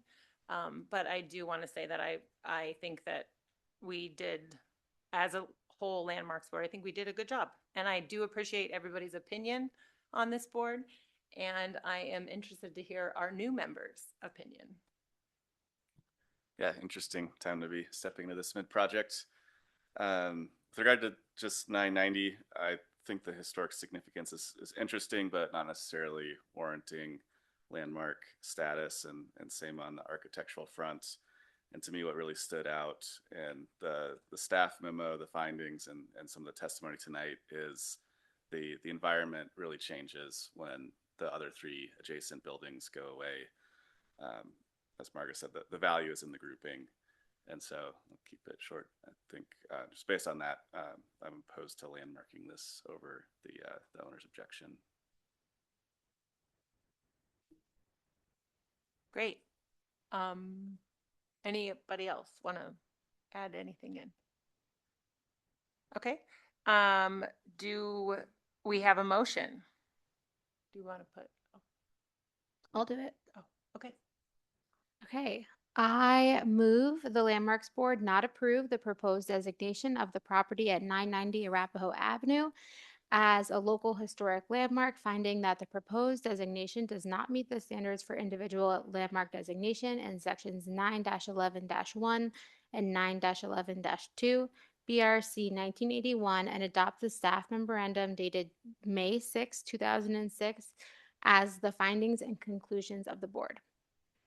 Thank you, Chelsea. And I will second the motion. So thank you, Renee, for seconding the motion. It's so weird. Additional discussion. We'll take a roll call vote. Chelsea. Aye. John. Aye. Alex. Aye. Michael. No. And I vote aye. Motion passes 4-1. Marcy, can you please go over the next steps in the process? So what happens next is that there's a appeals period if the owner wanted to appeal the board's decision to council, and then council has a 45-day call-up period. And so the demolition application will be issued at the end of that call-up period unless council calls it up. I do have one question in terms of the issue of potentially extending the permit, the demolition permit. I know, Chris, you mentioned we don't have authority to do that. I'm wondering if council has the authority to do that, or the city manager. Does anyone have the authority to do that? Thanks for the question, Chelsea. To accomplish what they're asking for, it would require a code change. And the only body that can accomplish a code change is city council. And so it would have to go through the code change process for that to happen. Well, how hard could that be? I mean, it happens. We change the code on the regular basis, but there is a process. It has to be identified, has to essentially be sponsored by the department, and then first and then second reading. There's a public process, just like we're in a public process here this evening. Okay, thank you. You're welcome. You can sue. argue with that one. Okay, we will move on to the second public hearing. That is agenda item 5B, public hearing and consideration of an application to demolish a building constructed circa 1899 at 422 Arapahoe Avenue, HIS 2026-0054, a non-designated property older than 50 years old pursuant to section 91123 of the Boulder Revised Code 1981 and under the proceedings prescribed by the chapter 1 through 3 quasi judicial hearings Boulder Revised Code 1981. The owner is D. Murray. Development 442 Alpine LLC, registered agent Caroline Murray, and the applicant is David Jensen. I'll hand it over to Claire for staff presentation and to re-say their names if I said them wrong. Thank you, Renee. Registered agent Caroline Murray Clevenger and applicant David Janis. But other than that, you did great. Okay, so this is also a quasi-judicial hearing, so I will swear in. I'm Claire Brandt, Historic Preservation Planner, and I affirm that I will tell the truth, and I'll pause to allow the board members to note any ex parte contacts. I walked by the site briefly last weekend. Thank you. Michael, I can't see you, so can you confirm? The only, if I'm not mistaken, Marcy, this came up as part of LDRC, so that would be my only involvement is sort of having, I was on the team, or I had that assignment that day. So that would be my ex parte involvement with this property / application. That's correct, actually. Sorry, I forgot to mention that. Michael, Abby, and Marcy were members of the committee for reviewing this. So here is an overview of the process we'll go through today. I'm going to give the staff presentation and the board may ask me questions. The applicant, who are here virtually, will have 10 minutes to present to the board, and the board may ask questions. We'll then open the public hearing. After all members of the public have made comments, the applicant may respond to anything that was said, and then the board will then deliberate.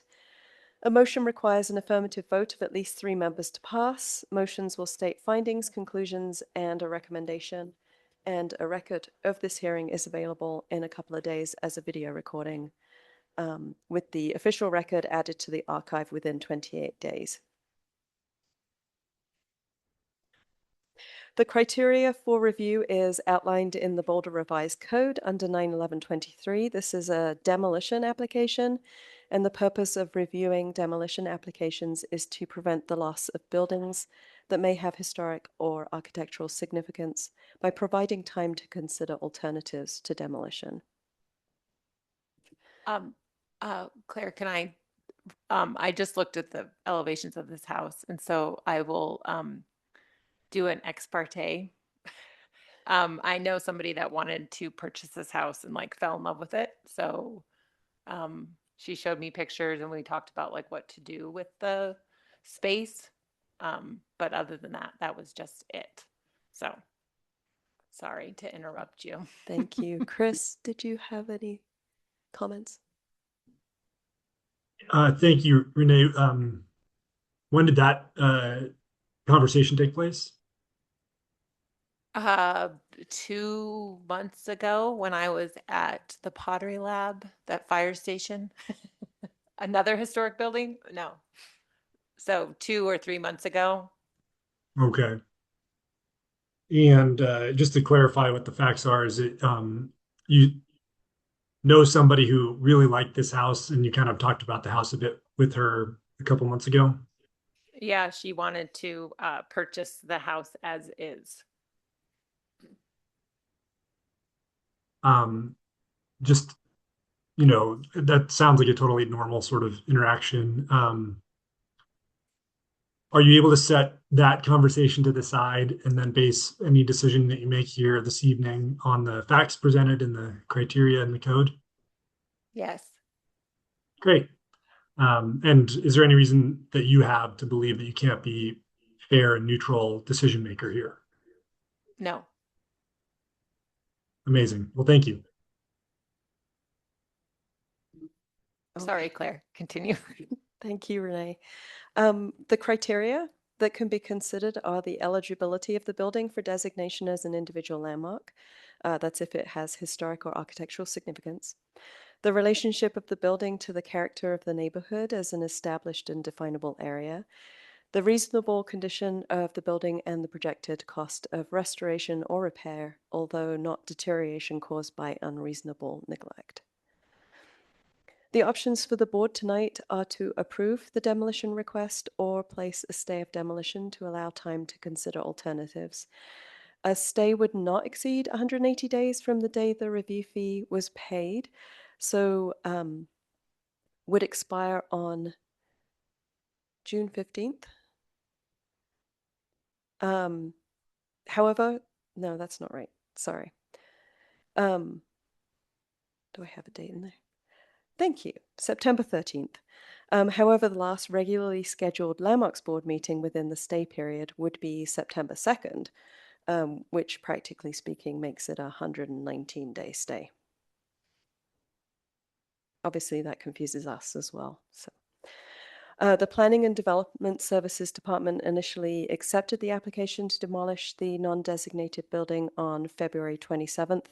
Due to the age of the building, the initial review was undertaken by the Landmarks Design Review Committee, and they referred the application to the Landmarks Board in a public hearing, finding there was probable cause to believe the building may be eligible for designation as an individual landmark.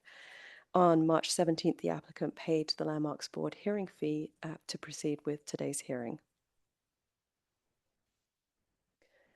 The property is located on the south side of Alpine Avenue, which was historically First Avenue, mid-block between 4th and 5th Streets.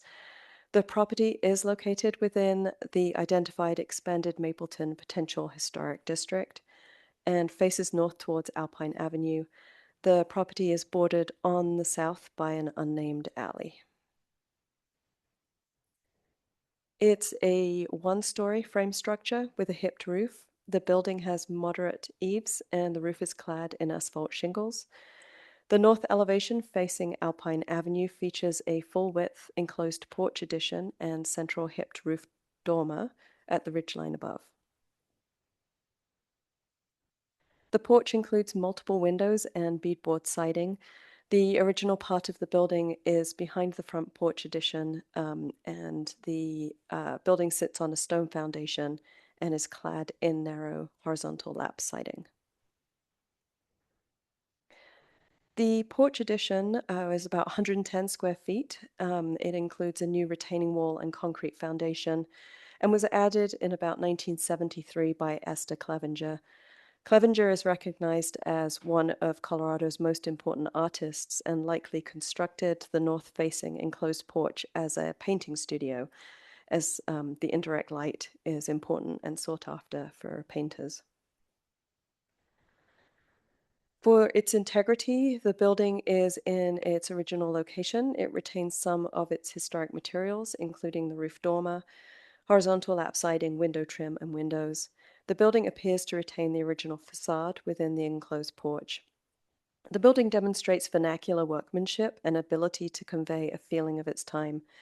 While the setting of the house has changed over the last 126 years, the building has not lost its ability to convey its association with its early residents and early period of development of the neighborhood, or with its more recent residents. Staff analysis of the criteria looks at the eligibility of the building for designation as an individual landmark, its historic, architectural, and environmental significance. The Landmarks Board adopted significance criteria in 1975 to help evaluate buildings in a consistent and equitable manner. Staff analysis considers these criteria and also the relationship of the building to the character of the neighborhood as an established and definable area and the reasonable cost and condition of the building. The historic significance criteria considers the development, heritage, and cultural characteristics of the community. The Mountain Heights neighborhood was platted in 1903. This property is an example of the earliest homes constructed in the neighborhood. The building was constructed in 1899, and the first known residents were the Reverend George and Carrie States. Subsequent residents of the house were short-term until 1973, when it was purchased by Esther Clevenger. Esther was born on July 11th, 1939 in Plainsfield, New Jersey. She moved to Boulder at the end of the 1950s to study art at the University of Colorado Boulder.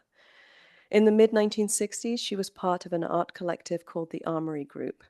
The group were pioneers of new trends in contemporary art and became some of the most influential artists in the state of Colorado. Esther's work was described as between Grandma Moses and Vincent van Gogh, with a touch of Chagall, by an art critic who wrote that her work combines Moses's flat, unpracticed drawing and skewed perspective with Van Gogh's strong, crisp country colors, choppy brushstrokes, and psychological intensity. Esther has been called a local treasure and a modest and barely sung art hero, and is recently recognized as one of Colorado's most important artists. She lived in the house for 3 decades until her death in 2003. The architectural significance criteria consider the distinguishing features of the architecture and the architect and builder. The house is representative of vernacular frame construction of the early 20th century. The hipped roof form was an economical building to construct and was popular in Colorado due to its simplicity and utility. It was a precursor to the later, more refined classic cottage, which became popular around 1910. Both the basic hipped roof cottage and classic cottage style include a hipped roof and central dormer on a 1-story building with a 4-square plan.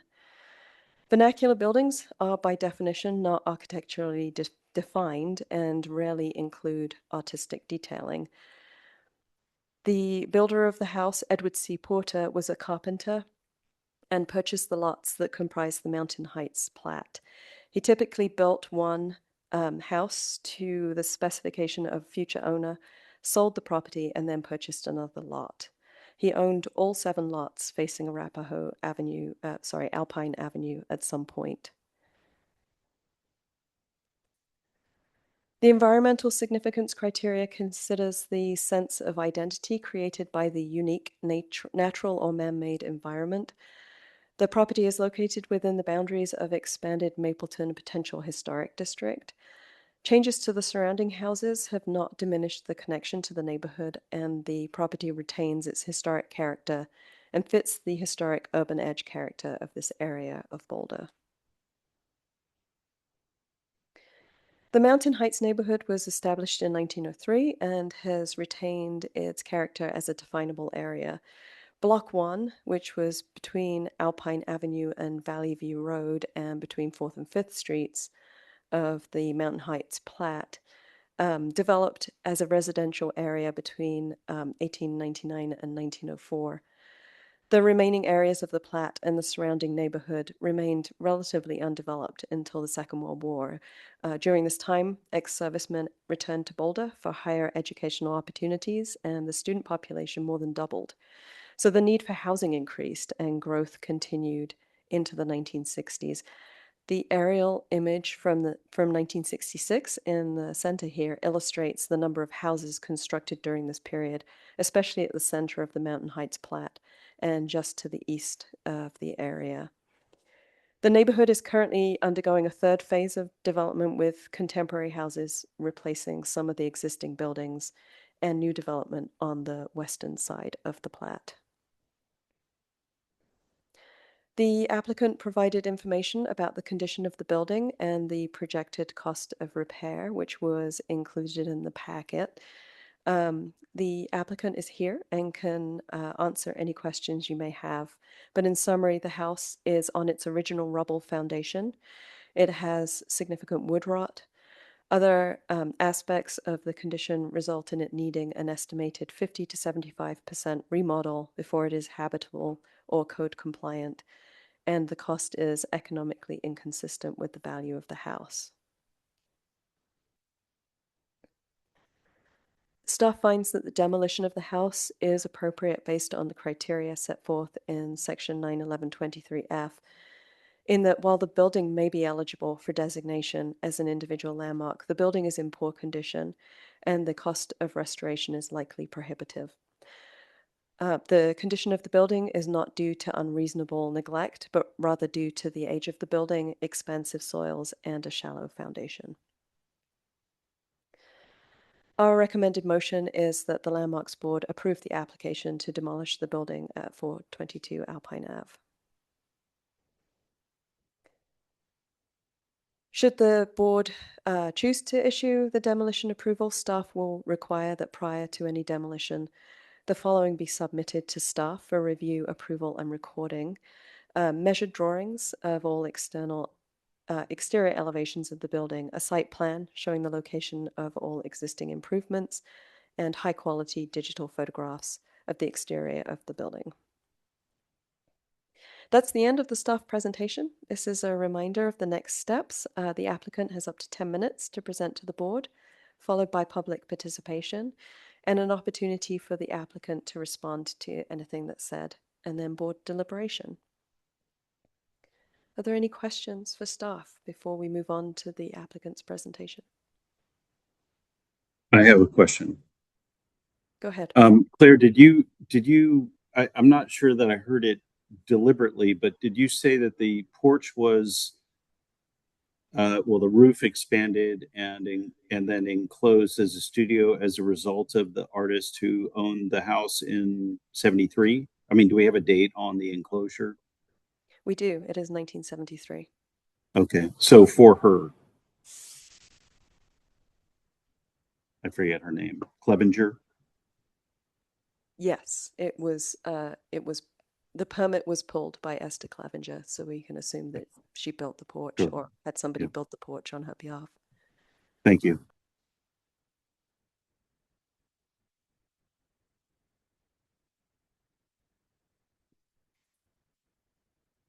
Renee. Now we can move to the applicant presentation. And I think they're virtual. Connor and Steve, I just sent you a request to promote to panelist if you would like to speak.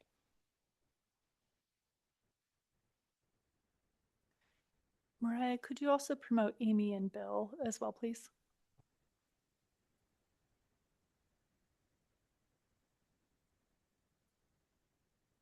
Hi there. Is this working? Okay. I think Steve is trying to join on right now.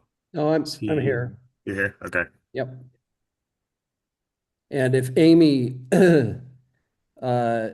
wanted to summarize, I mean, I can easily summarize the findings that we put together. I mean, the soils in that neighborhood. So just to clarify, we need to have you state your full name and swear to sorry. tell the truth. Sorry. Apologies for interrupting, but thank you. Forgot. Steve Dodd. I'm an architect in Boulder, 35 years. And you swear to tell the truth. I do. Great. Thank you. Go right ahead. Yeah, I mean, we have all of our documentation is really, in part of our written submittal, but just to, point out a couple of those main items, which is that the soils in that neighborhood are quite expansive. We don't have soils tests for this property itself, but we do have soils tests from the adjacent property, which is required to put on caissons. And so these rubble foundations are subject to a fair amount of movement in those soils conditions. And it appears that building has had a fair amount of movement over the years. And in addition, of course, there's all sorts of code-related requirements, wood exposure to soil and settlement and structural upgrades that would be required to bring that structure up to code. So it does seem like a fairly high burden to place on that structure, particularly when the the original house has been covered with the later addition. I do see that it was added by an artist, significant artist at the time, or I think that's a supposition, that it was added as her art studio. But our feeling is that the structure is in quite poor condition and would be a significant burden to bring up to current code and standards. And we're happy to answer any questions that staff might, or that the board might have.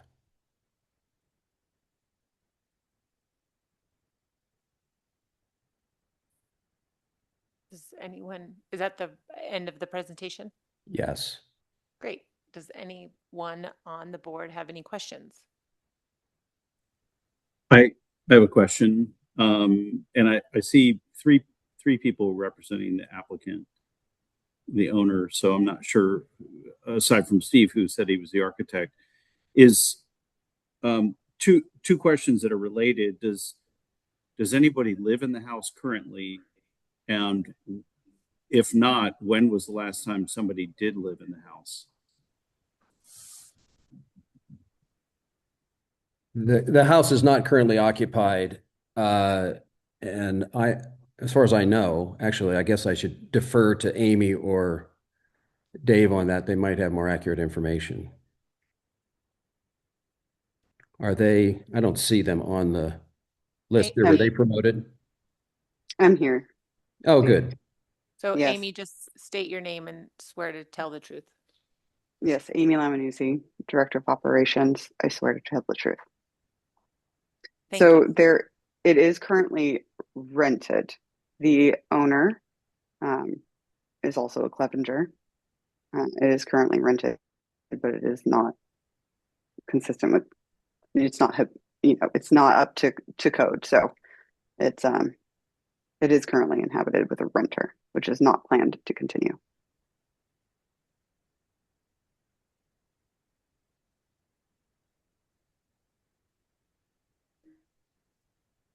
Okay, any additional questions? Okay, now we can move to public comment. If you are in person, please sign up, and any virtual attendees, please raise your hand. Mariah will get us started. And I will need anyone speaking at public comment to say your full name and swear to tell the truth.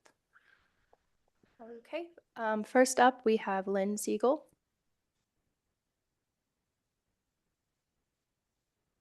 Lynn, please say your name and you may begin. Lynn Siegel, I swear to tell the truth to my best knowledge. I never swear to tell the truth because there is no one truth. Sorry. I think, first of all, that Renee Golubeck should decline from ruling on this case. I disagree with Chris Reynolds that she can divorce herself from talking to a party that was interested in the property and the situations with it, and also the relatives of the same people that had it in 1973, or was it 63, are still there living in it.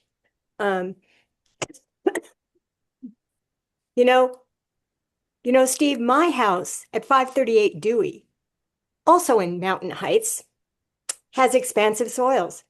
So does every house in this whole neighborhood, including going into Mapleton and everywhere else, have expansive soils. It's pretty classic Colorado situation, clay, expansive soils. So to cavitate to the fact that that is existing on the property is not saying much. It's also not saying much that the new house that's on there is not going to have the same problems.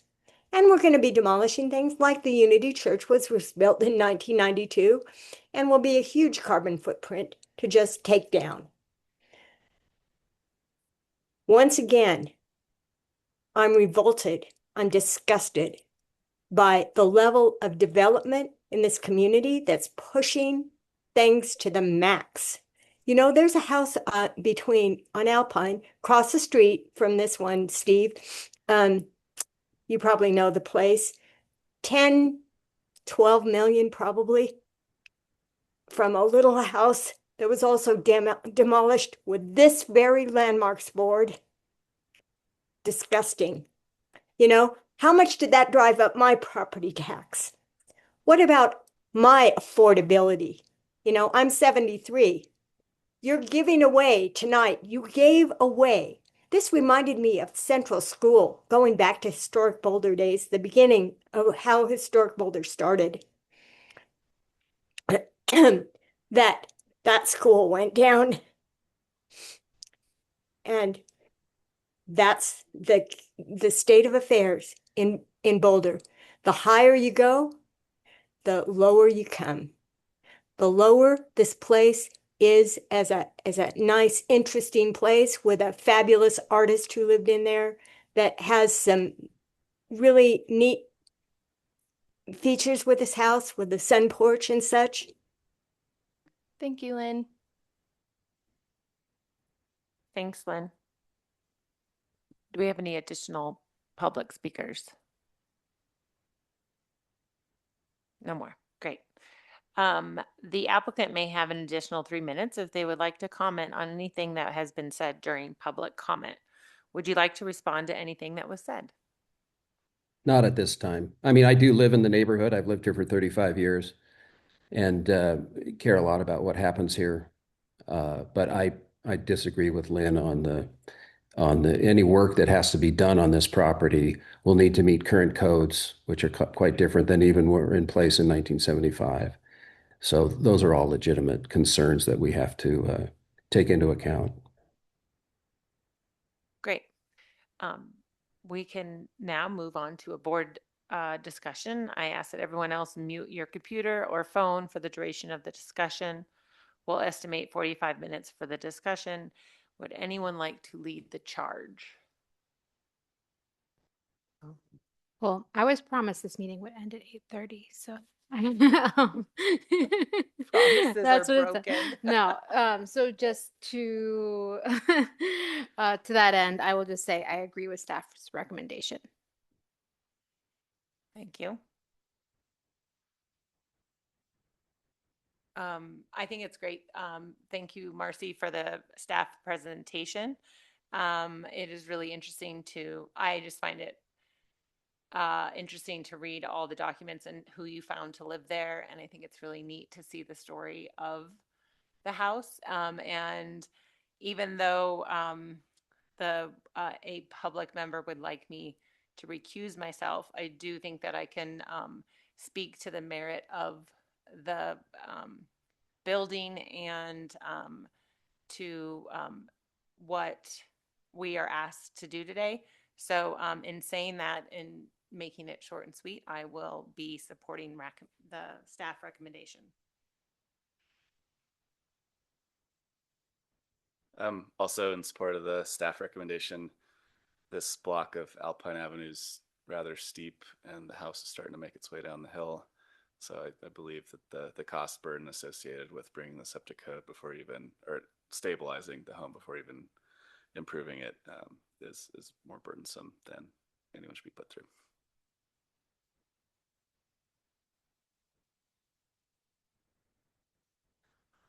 I'll say up front that because of the geotechnical issues, which I'm familiar with in more than one instance, including a house I owned in another place, I agree with staff's recommendation.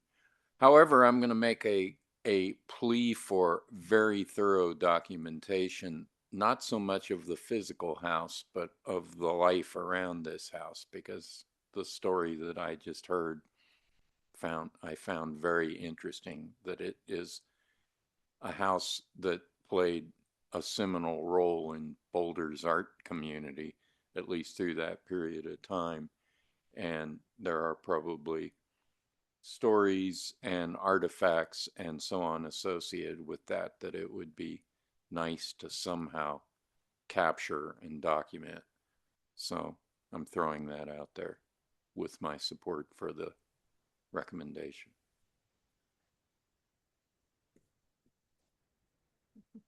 So I'll dissent, and that's probably expected. I was on the LDRC that looked at this with Abby. Our concern at the time, and we were unable to conclude that the original exterior elevation was intact inside the sun porch. And by the way, it was Claire who gave that excellent presentation, so I want to thank her for this presentation. But Claire has confirmed that the exterior elevation is intact. I think that's meaningful. I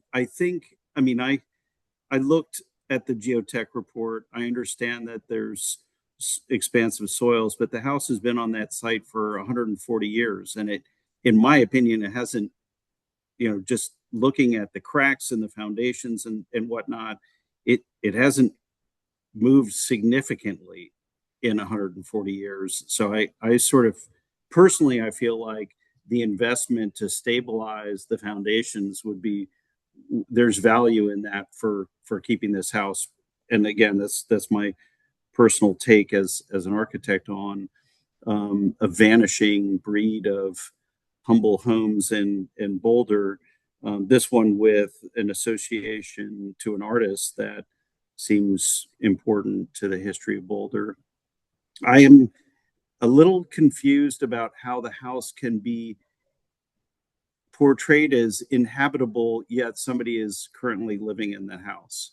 So that also gives me a little bit of pause about the credibility of what the condition actually is in this house. And that's ultimately why I will dissent with my fellow board members and not agree with the staff recommendation. Thank you, Michael.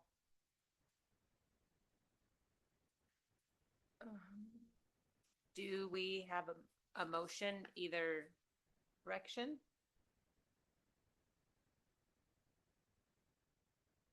Let's see.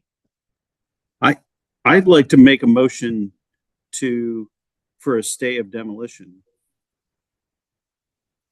I don't have the wording in front of me, but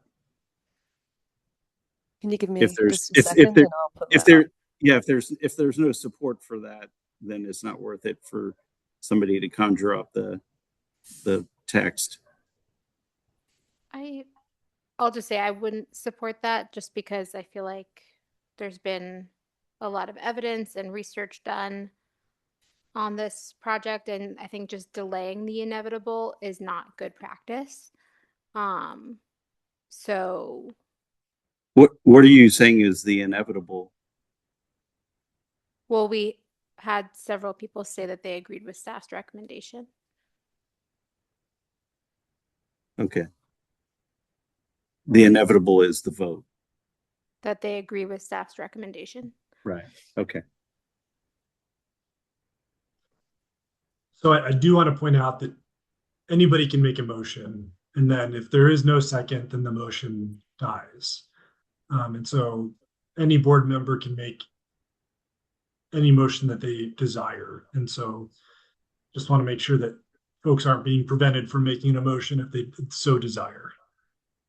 Okay. So for the record, just to reach the inevitable conclusion, I move that the Landmarks Board issue a stay of demolition for the building located at 4422 Alpine Avenue for a period not to exceed 180 days from the date of the application was accepted by the city manager in order to explore alternatives to demolishing the building. Thank you, Michael, for the motion. Do we have a second? As I hear no seconds, do we have a motion for approving the demolition? Oh, sure. I move that the Landmarks Board approve the application to demolish the building at 422 Alpine Avenue and adopt as findings the staff memorandum finding that the building does not meet the criteria set forth in section 9-11-23F BRC 1981. Thank you, Chelsea. Do we have a second? A second. Thank you, Alex. Seconds the motion. We'll do a roll call vote. Chelsea, Aye. John, Aye. Alex, Aye. Michael, No. and I vote aye. Motion passes 4-1. Claire, can you please go over the next steps in the process? Yes, the board has approved the historic preservation demolition request. The approval expires in 1 year. Documents required are usually determined by staff, but are typically measured drawings of the exterior elevations of the building, site plan, and photographs of the building. Once the documents have been received by staff, we'll issue the approval letter, which allows the applicants to proceed with obtaining a deconstruction permit. The deconstruction permit must be obtained within 1 year of today, or the applicant will need to resubmit the demolition request.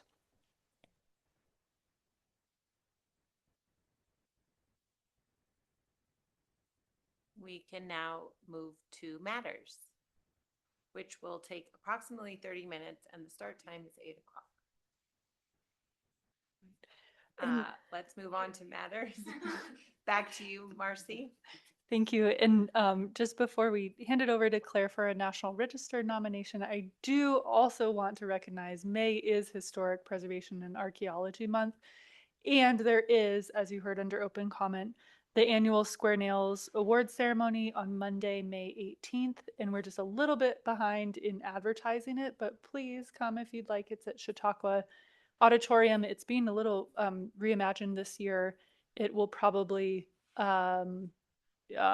about from 6:30 to 8, and we'll send you all calendar appointments. And I think the Colorado theme in 2026 is a year to remember, because it's the 60th year of the National Historic Preservation Act, the Colorado 150, America 250. So stay tuned for more events. What was the time on that, Marcy?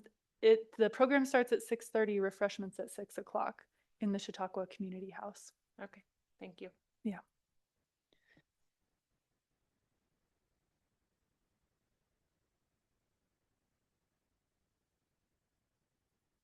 Can't type fast enough.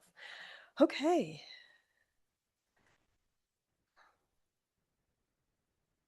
So today we have a special matters item. The historic home of Sadie and O.T. Jackson is being considered for nomination to the National Register of Historic Places and Colorado's State Register of Historic Properties. The Landmarks Board is asked to review the nomination and respond to whether it meets the criteria for inclusion on the National Register.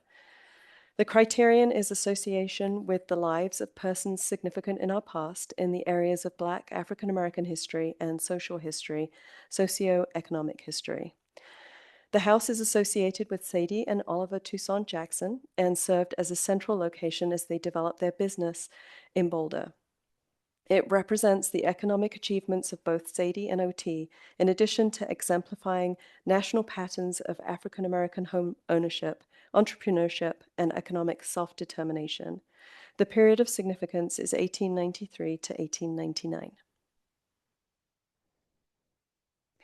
The nomination was written by Dr. Janon Graham Russell, Fellow at History Colorado. She found the property has integrity, that it retains enough authentic historic character to convey its significant associations, that Sadie and O.T. Jackson made a significant contribution to Boulder and to the broader historical context, and that the property is an important representation of their accomplishments.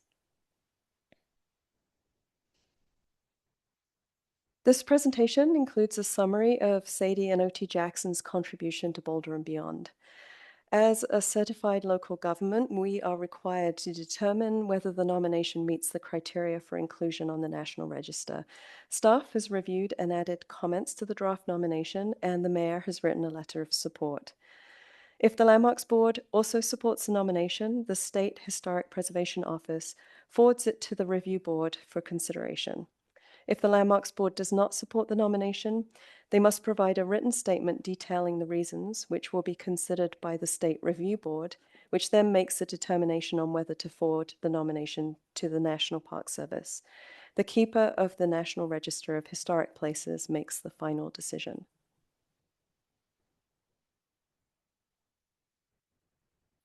The owner is supportive of the nomination. Listing on the National Register automatically places the property on the State Register. Both are honorary and put no restrictions on what can be done with the property. It's a completely separate process from the one that makes a property an individual City of Boulder landmark. If approved, the house will become the 14th property within the City of Boulder on the National Register.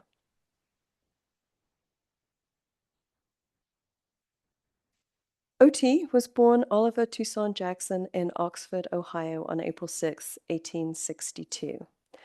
His business pursuits illustrate African American economic self-determination. After OT left Boulder, he pursued a career in politics and founded the town of Deerfield, Colorado. Deerfield is one of Colorado's most significant Black agricultural settlements.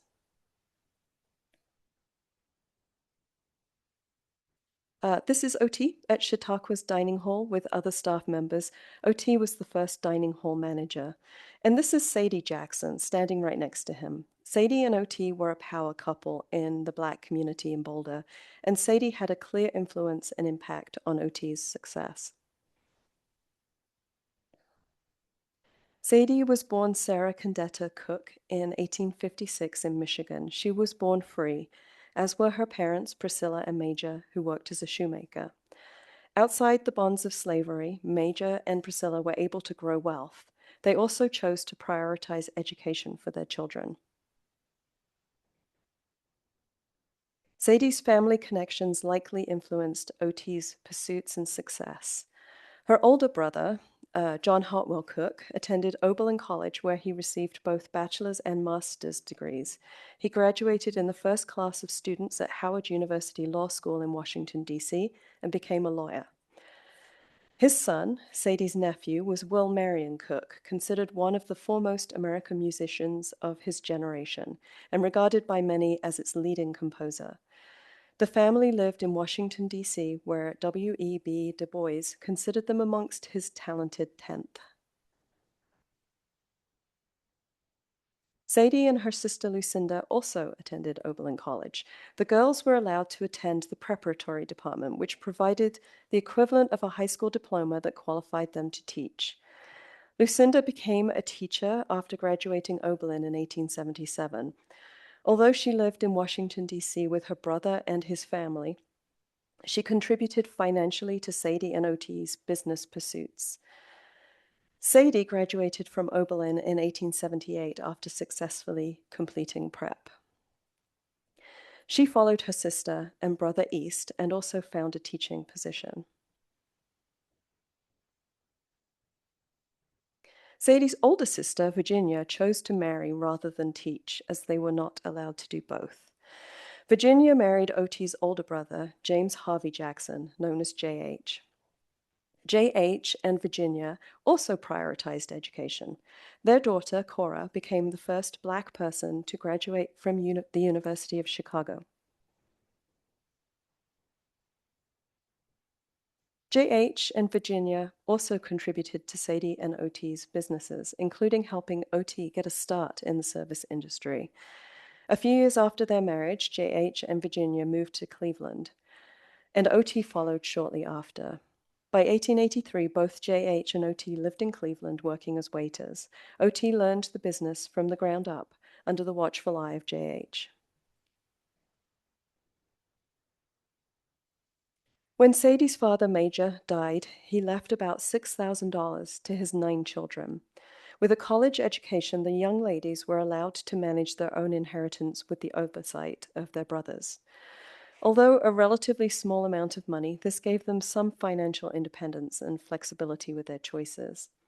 Sadie chose to give up teaching and married O.T. on September 5th, 1889. They moved west to Denver, where O.T. started a catering business. By 1892, the couple moved to Boulder to open the Stillman Cafe and Ice Cream Parlor on 13th Street between Pearl and Walnut, right behind Streamer's Drug Store at 1242 Pearl Street, which is where the National State Bank building is today. During the summer of 1893, Sadie and O.T.'s successful Stillman Cafe was reportedly making and selling 1,000 gallons of ice cream per day, and was called one of the most select dining resorts and one not usually found outside of metropolitan cities. At the end of the season, Sadie's sister Lucinda purchased the lot at 2228 Pine Street for her sister and brother-in-law. She sold it to Sadie 3 months later, making $50 profit on the transaction. We don't know why Lucinda and Sadie made this deal. At the time Lucinda bought the lot, she was visiting Sadie from Washington, D.C., where she still worked as a teacher. It's possible that all of Sadie's money was tied up in the business. Or it could have been that Sadie and O.T. had big plans in the works. On July 13, 1894, the Daily Camera announced that the Brainard Hotel would be changing proprietor. The Jacksons officially renamed the hotel the Stillman Hotel and Cafe and closed the nearby Stillman Cafe and Ice Cream Parlor to focus on this new venture. The hotel included 40 bedrooms, a large dining room, parlors, and a reading room. Sadie and O.T. managed all of it. They partnered with J.F. Lyman at the stables opposite the Stillman Hotel to provide guests with a modern hack service around town and advertised the best accommodations in Boulder. But when building owners Anthony and Mary Arnett retired to California, they left the hotel in the hands of their daughter, Jenny Develine, whose husband ran a competing stable and hack service. She didn't renew O.T. and Sadie's contract for 1896 and changed the name back to the Brainard Hotel. The building stood until 1978 when it collapsed during renovations. Evicted from their hotel, Sadie and O.T. opened the Stillman Lunch Counter. The business was on Pearl Street, opposite the courthouse. From the address, the building is where Falafel King is today. The restaurant served all the meats, including oysters in season, as well as sandwiches and cakes. Mrs. Sadie C. Jackson is listed in the city directory alongside her husband as the proprietor, and the Daily Camera called her a fixture at the cafe. Sadie and O.T. Jackson's success in Boulder was directly connected to their ability to see business opportunity and take a chance, even when the opportunity was unexpected, like running a hotel. This idea of social progress through entrepreneurship is what W.E.B. Du Bois called a step in social progress worth measuring. But they were leaders in the advancement of the Black community in Boulder in other ways too. During the 1880s and 1890s, one of the ways women with a small inheritance could help support their family was to loan out their money. They charged interest to take on the risk, but they also provided a service to the community, as many people, women, people of color, the working class, were often shut out of traditional banking. Sadie provided this service to members of the Black community whom she met through the African Methodist Episcopal Church. She befriended Emily Frances Vince Black, who together with her brother Oscar White had escaped enslavement in Kentucky and reunited with their mother in Kansas before moving to Boulder. Sadie purchased multiple lots on the 2200 block of Pine Street for Emily Frances's adult children and their husbands.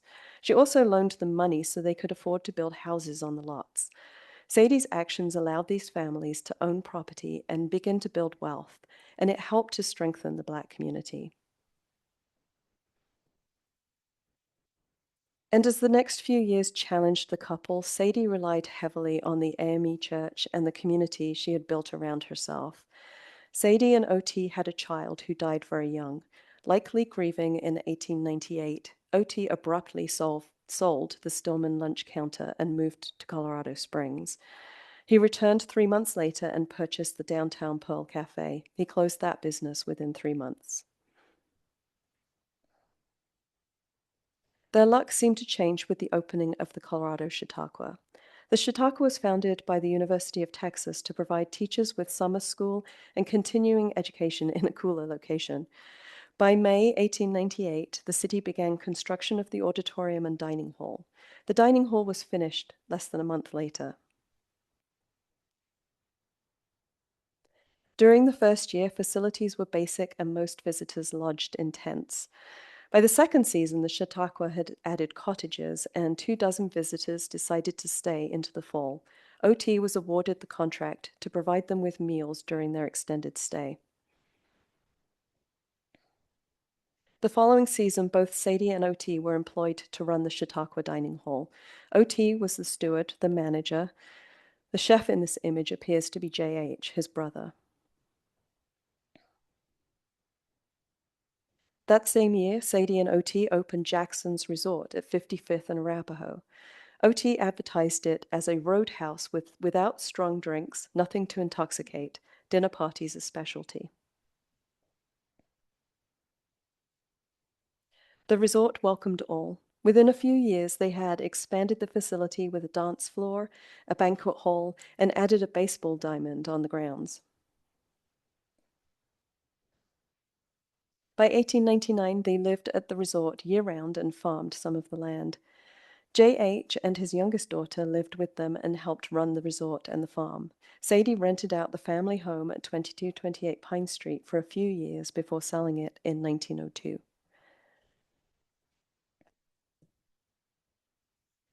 In November 1903, the Daily Camera reported that Sadie Jackson was very ill. Sadie traveled to her older sister Virginia's home in Detroit. She must have known that she was dying, as before she went, Sadie and OT transferred the deed to Jackson's Resort to Sadie's younger sister, Lucinda, for $1. Sadie died just 3 months later. She's buried in Detroit. Lucinda eventually sold the resort land back to OT, again for just $1. His second wife, Minerva, bought a parcel just north of the original resort, and they continued farming there until they sold the land to support Deerfield. The business pursuits in Boulder represent only a portion of OT's economic vision. By 1910, inspired by Booker T. Washington's ideas of self-sufficiency and economic empowerment, OT planned Deerfield, the black settlement that joined a larger movement of post-Reconstruction settlements in the American West. From its emergence to its decline in the 1930s, OT remained steadfast in promoting Deerfield as an economic and civic opportunity for Black people in the region. O.T. Jackson was a prolific businessman. His wife, Sadie, provided wealth, knowledge, and family connections to their partnership. The story highlights the power of entrepreneurship, community building, and resilience within the Black community. And their house at 2228 Pine Street has the strongest association with both of their lives in Boulder. Honoring Sadie and O.T. Jackson's house ensures that there's a place connected to the history of the Black community in Boulder, but also the broader history of economic advancement of African Americans throughout the West. The stories of Sadie and O.T. Jackson's lives in Boulder and beyond contribute to an understanding of the historical and cultural foundations of the United States. I'd like to thank and acknowledge the property owners who are supporting the nomination, Historic Boulder, through whose advocacy made the nomination possible, Janon and History Colorado staff for advancing the nomination, and Mayor Brockett for his support, and offer the Landmarks Board an opportunity for questions and comments before you consider a motion. If the board supports the nomination, we have language prepared for you.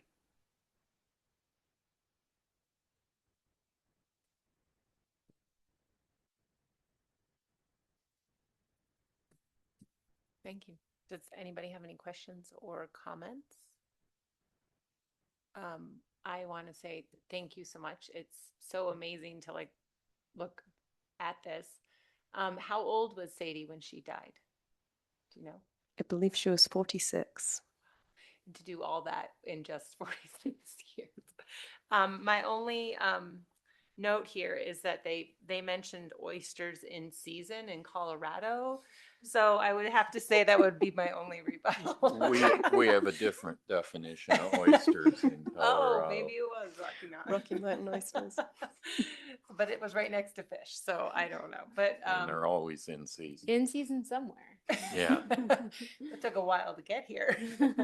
If you're old school, they're in season in a month with an R, but no other time. That's true. That's the old way. the old So way. That would probably be my only question mark on this situation. I think it's super interesting, all these little telltale signs, and I 100% support the motion to make this this is for state landmark. It's national. There is no Yes. state. Could you, Renee, could you make a motion to support it? I would love to make a motion. I move that the landmark board finds that 2228, right? Pine Street meets the criteria for inclusion of the National Registry of Historic Places and recommends that the State Historic Preservation Office forward the nomination to the State Review Board for consideration. I second that motion. So with the 2 seconds from Michael and John, can I take a roll call vote? Chelsea? Aye. John? Aye. Alex? Aye. Michael? Aye. Aye. And I choose aye. So motion passes unanimously 5-0. We good? Anyone else have any more comments? Thank you for putting that together. It was really well done, and I feel like really told the story in a way that I felt like I was going along the journey with them all through all those trials and tribulations. And I just think you told it in a really beautiful way, and all that research paid off. I feel like you did their lives justice. So thank you. Thank you. And bringing it full circle with another presentation that you did about how they tied in with that other presentation about them moving from Kansas, wasn't it? Yeah, to Deerfield. Yeah. So, thanks. Thank you. Okay. Okay. So meeting is adjourned at 8:29. Early. Thank you, everyone. Well done. Officially early. Officially.